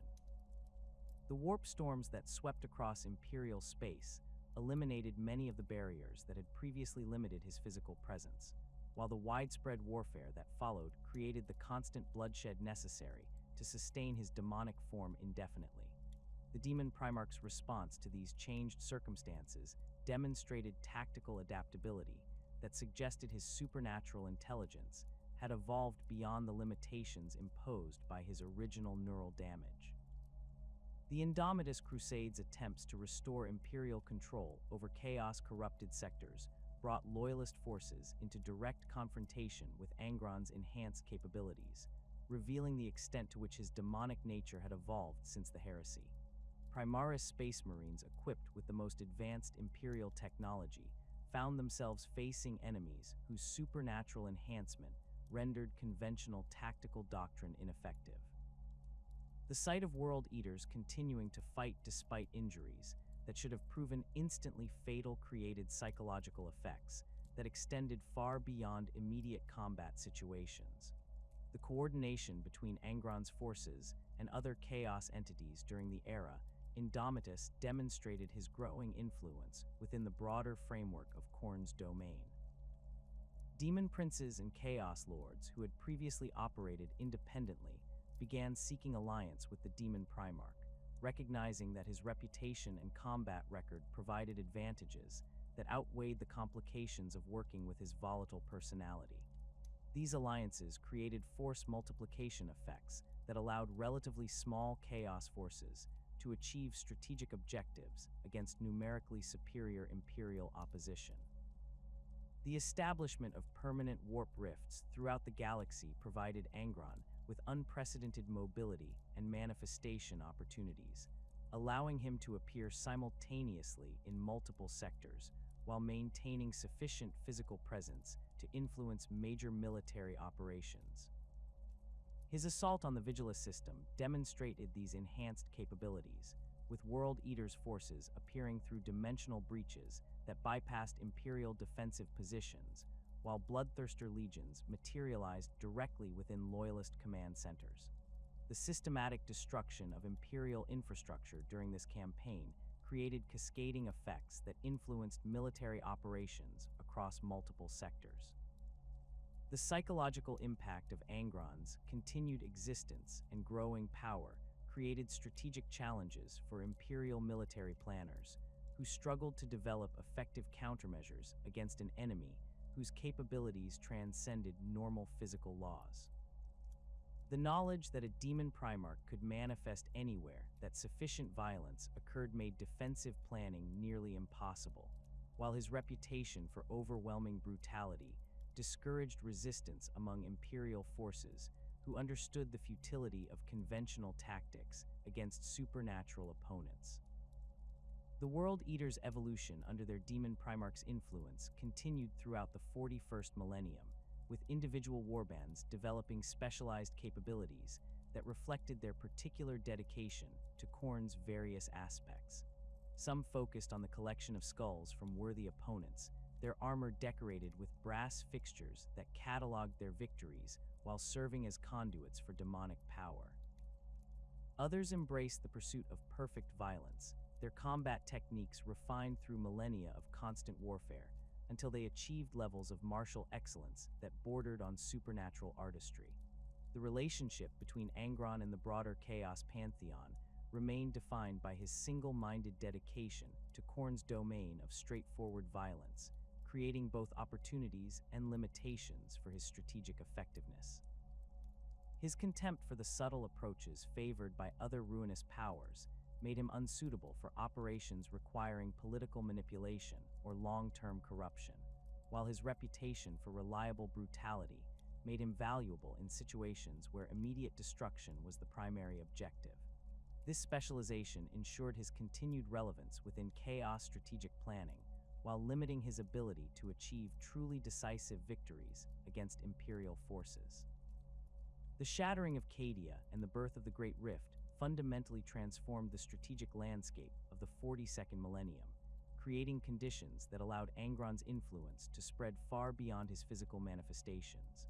The massive warp storms that now bisected the galaxy carried echoes of his demonic presence across countless worlds, while the widespread warfare that followed created the constant bloodshed necessary to sustain his power at unprecedented levels. World Eater's warbands emerged from the Eye of Terror and newly formed warp rifts with enhanced coordination and supernatural capabilities that reflected their demon Primarch's growing dominion over Khorne's domain. The fragmentation of the World Eater's legion into countless independent warbands following the heresy had initially seemed to diminish their strategic effectiveness, but the opening of the Great Rift revealed this dispersal as an inadvertent masterstroke of tactical positioning. Warbands that had spent millennia raiding isolated Imperial worlds suddenly found themselves connected through the warp storms that now dominated galactic geography, their scattered positions transformed into a network of chaos strongholds that could coordinate operations across vast distances. The brass collars and neural implants that marked veteran world eaters began resonating with frequencies that transcended normal communication methods, creating sympathetic connections that allowed widely separated forces to respond to their demon Primarch's will. Captain Karn's emergence as the betrayer represented the ultimate fusion of neural enhancement with demonic blessing, his reputation for indiscriminate violence making him a focal point for world eaters who sought to emulate their Primarch's dedication to pure bloodshed. The brass collar that encircled his neck had evolved into a sophisticated relic that channeled Khorne's favor directly into combat effectiveness, while his chainaxe Gorchald had developed supernatural properties that made it hunger for violence with an intelligence that bordered on sentience. His coordination of multiple World Eaters' warbands during the Dominion of Fire campaign demonstrated tactical capabilities that clearly exceeded his original limitations, suggesting that prolonged exposure to chaos influence had enhanced rather than degraded his strategic thinking. The gladiatorial combat traditions that Angron had brought from Nuceria became central organizing principles for World Eaters' culture throughout the Long War, with individual warbands establishing arena complexes on their demon worlds where space marines fought each other to unconsciousness or death. These contests served multiple purposes within the broader framework of Khorne worship, providing constant violence to satisfy the blood god's hunger, while creating hierarchies based purely on combat prowess rather than traditional military rank. The winners of these gladiatorial competitions earned the right to wear additional brass fixtures and receive enhanced neural implants that improved their effectiveness in actual combat operations. The influence of World Eaters' combat doctrine spread throughout the broader Chaos Space Marine community as other legions and renegade chapters adopted elements of their approach to warfare. The emphasis on close-quarters combat and overwhelming aggression proved particularly attractive to forces operating in the cramped confines of hive cities and space hulks, where ranged weapons were less effective than chainaxes and combat knives. Imperial military analysts noted increasing reports of enemy space marines displaying the characteristic berserker fury and indifference to casualties that had once been unique to the 12th Legion, suggesting that World Eaters veterans were serving as training cadre for newly turned renegades. The ritual scarification and neural modification practices pioneered by the World Eaters became widespread among Chaos forces, seeking to enhance their combat effectiveness through artificial stimulation. Crude imitations of the Butcher's nails appeared in renegade Space Marine chapters across the galaxy, though these reproductions lacked the sophisticated integration with Primarch physiology that had made the original devices so effective. The surgical procedures required for implantation became ritualized activities that honored Khorne while creating bonds of shared suffering among the recipients, establishing brotherhood networks that transcended traditional Legion boundaries. Imperial military doctrine underwent significant revision in response to the enhanced threat posed by World Eaters forces and their imitators throughout the galaxy. The Tactica Imperialis was updated to include specific protocols for engaging enemies displaying artificial berserker fury, emphasizing the use of ranged weapons and defensive positions to exploit the tactical limitations created by neural enhancement. Imperial Guard training regimens began incorporating psychological preparation for facing enemies who showed no regard for their own survival, while Space Marine chapters developed specialized tactics for countering the overwhelming close-quarters assault that characterized World Eaters' operations. The theological implications of Angron's transformation created profound challenges for Imperial doctrine regarding the nature of the Primarchs and their intended purpose within the Emperor's grand design.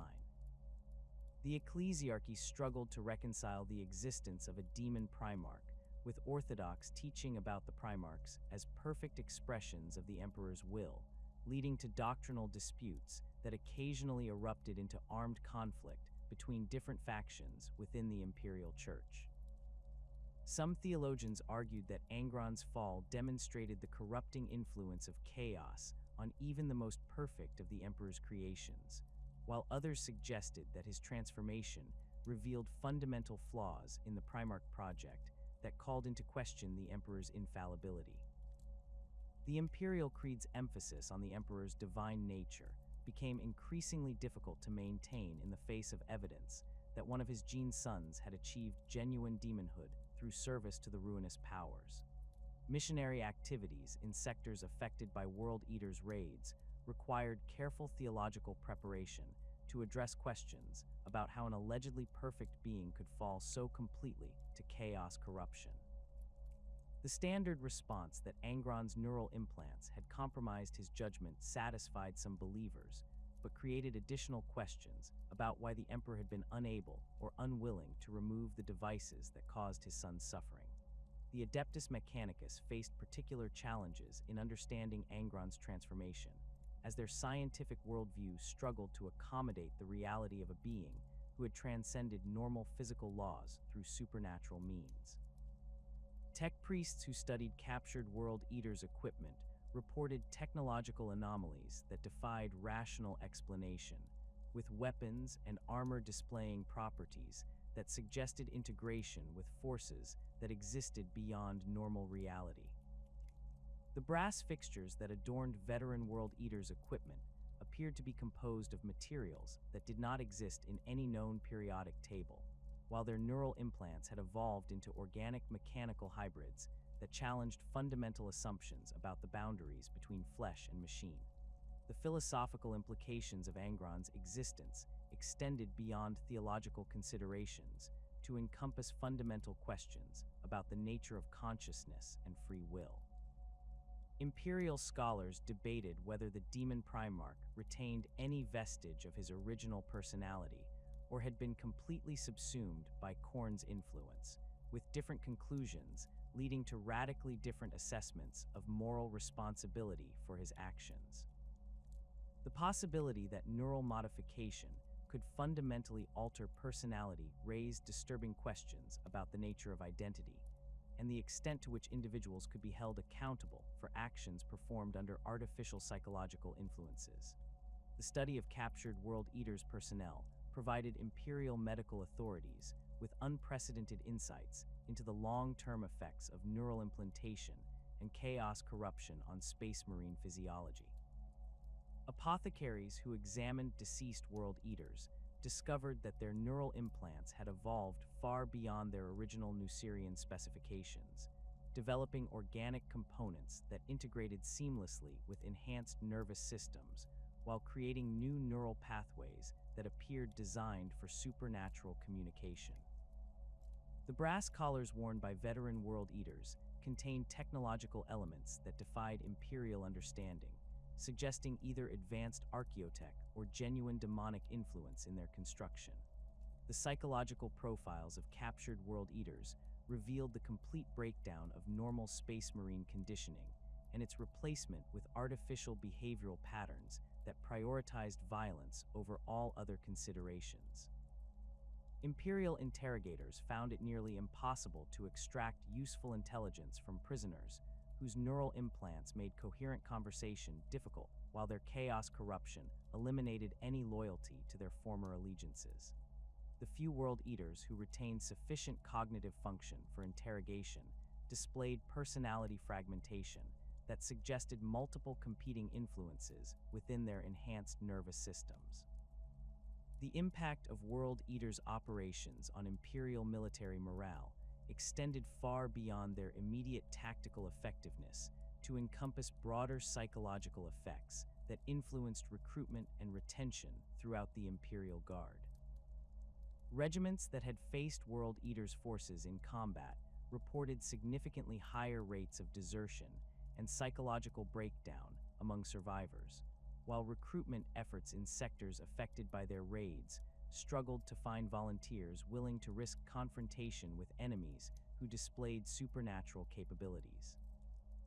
The knowledge that conventional weapons and tactics were largely ineffective against neurally enhanced berserkers created a sense of futility that undermined military discipline across multiple theaters of operation. The economic impact of World Eaters' raids on Imperial worlds created cascading effects that influenced strategic planning throughout entire sectors.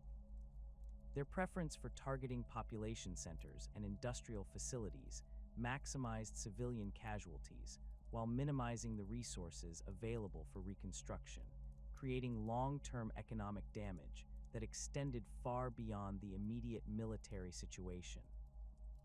Planetary governors in regions affected by World Eater's activity began implementing defensive strategies that prioritized the protection of essential infrastructure over population centers, leading to social unrest and political instability that further weakened imperial control. The development of specialized anti-chaos tactics by imperial forces reflected growing understanding of the specific threats posed by neurally enhanced enemies and their demonic allies. Space Marine chapters began training dedicated assault companies equipped with flamers and meltaguns designed to exploit the close-range preferences of World Eater's forces, while Imperial Guard regiments developed defensive doctrines that emphasized the creation of overlapping fields of fire to prevent berserker charges from reaching their lines. These tactical innovations achieved some success in reducing Imperial casualties, but could not address the fundamental advantage that supernatural enhancement provided to Chaos forces. The influence of Angron's gladiatorial traditions spread beyond military applications to affect civilian culture on worlds that had experienced World Eater's occupation. Underground fighting pits appeared in hive cities across the galaxy, their organizers claiming inspiration from the combat traditions of the legendary Primarch, while their participants sought to emulate the fearlessness and aggression that characterized his followers. Imperial authorities struggled to suppress these activities while dealing with the broader social problems created by populations that had been exposed to chaos influence during enemy occupation. The technological legacy of the World Eater's neural enhancement experiments influenced the development of Imperial military equipment and medical procedures throughout the 42nd millennium. While direct replication of the Butcher's nails remained beyond Imperial capabilities, research into their effects led to advances in pain management and combat stimulants that improved the effectiveness of conventional forces. The Adeptus Mechanicus developed servo skull variants equipped with brass components that provided enhanced battlefield coordination, though these devices required constant monitoring to prevent the kind of machine spirit corruption that had affected World Eater's equipment. The strategic implications of Angron's continued existence as an active demon Primarch forced Imperial military planners to develop contingency plans for scenarios that had previously been considered impossible. The knowledge that a transformed Primarch could manifest anywhere that sufficient violence occurred made traditional defensive planning nearly obsolete, while his reputation for overwhelming brutality created psychological weapons that extended far beyond his immediate combat capabilities. Imperial forces found themselves fighting not just against physical enemies, but against the fear and despair that Angron's legend created among their own ranks. The World Eater's role in the broader Chaos pantheon evolved throughout the millennia as their dedication to pure violence made them valuable assets for operations that required immediate destruction rather than subtle corruption. Their reliability in combat situations contrasted sharply with the unpredictability of other Chaos forces, making them preferred allies for Demon Princes and Chaos Lords who needed to achieve specific tactical objectives without the complications that typically accompanied supernatural intervention. This specialization ensured their continued relevance within Chaos strategic planning, while limiting their ability to achieve truly decisive victories against Imperial forces that could adapt to their predictable tactics. The legacy of blood and rage that Angron bequeathed to the galaxy extends far beyond the immediate military threat posed by his World Eater's Legion to encompass fundamental challenges to Imperial civilization and human understanding of consciousness itself. His transformation from a being created to unite humanity into a weapon of pure destruction represents the ultimate corruption of the Emperor's vision, while his continued existence serves as a constant reminder of the prices that ambition and power exact from those who pursue them without regard for moral consequences. The brass collar that binds him to Khorne's service stands as a symbol of how the pursuit of strength through violence ultimately leads only to enslavement, while the world eaters who follow him demonstrate the complete abandonment of everything that once made them human. In the grim darkness of the far future, where there is only war, Angron's legacy endures as both warning and weapon, his rage echoing across the stars as a testament to the terrible price of forsaking compassion for power and the eternal consequences of choosing violence over understanding in humanity's long struggle against the darkness that threatens to consume it.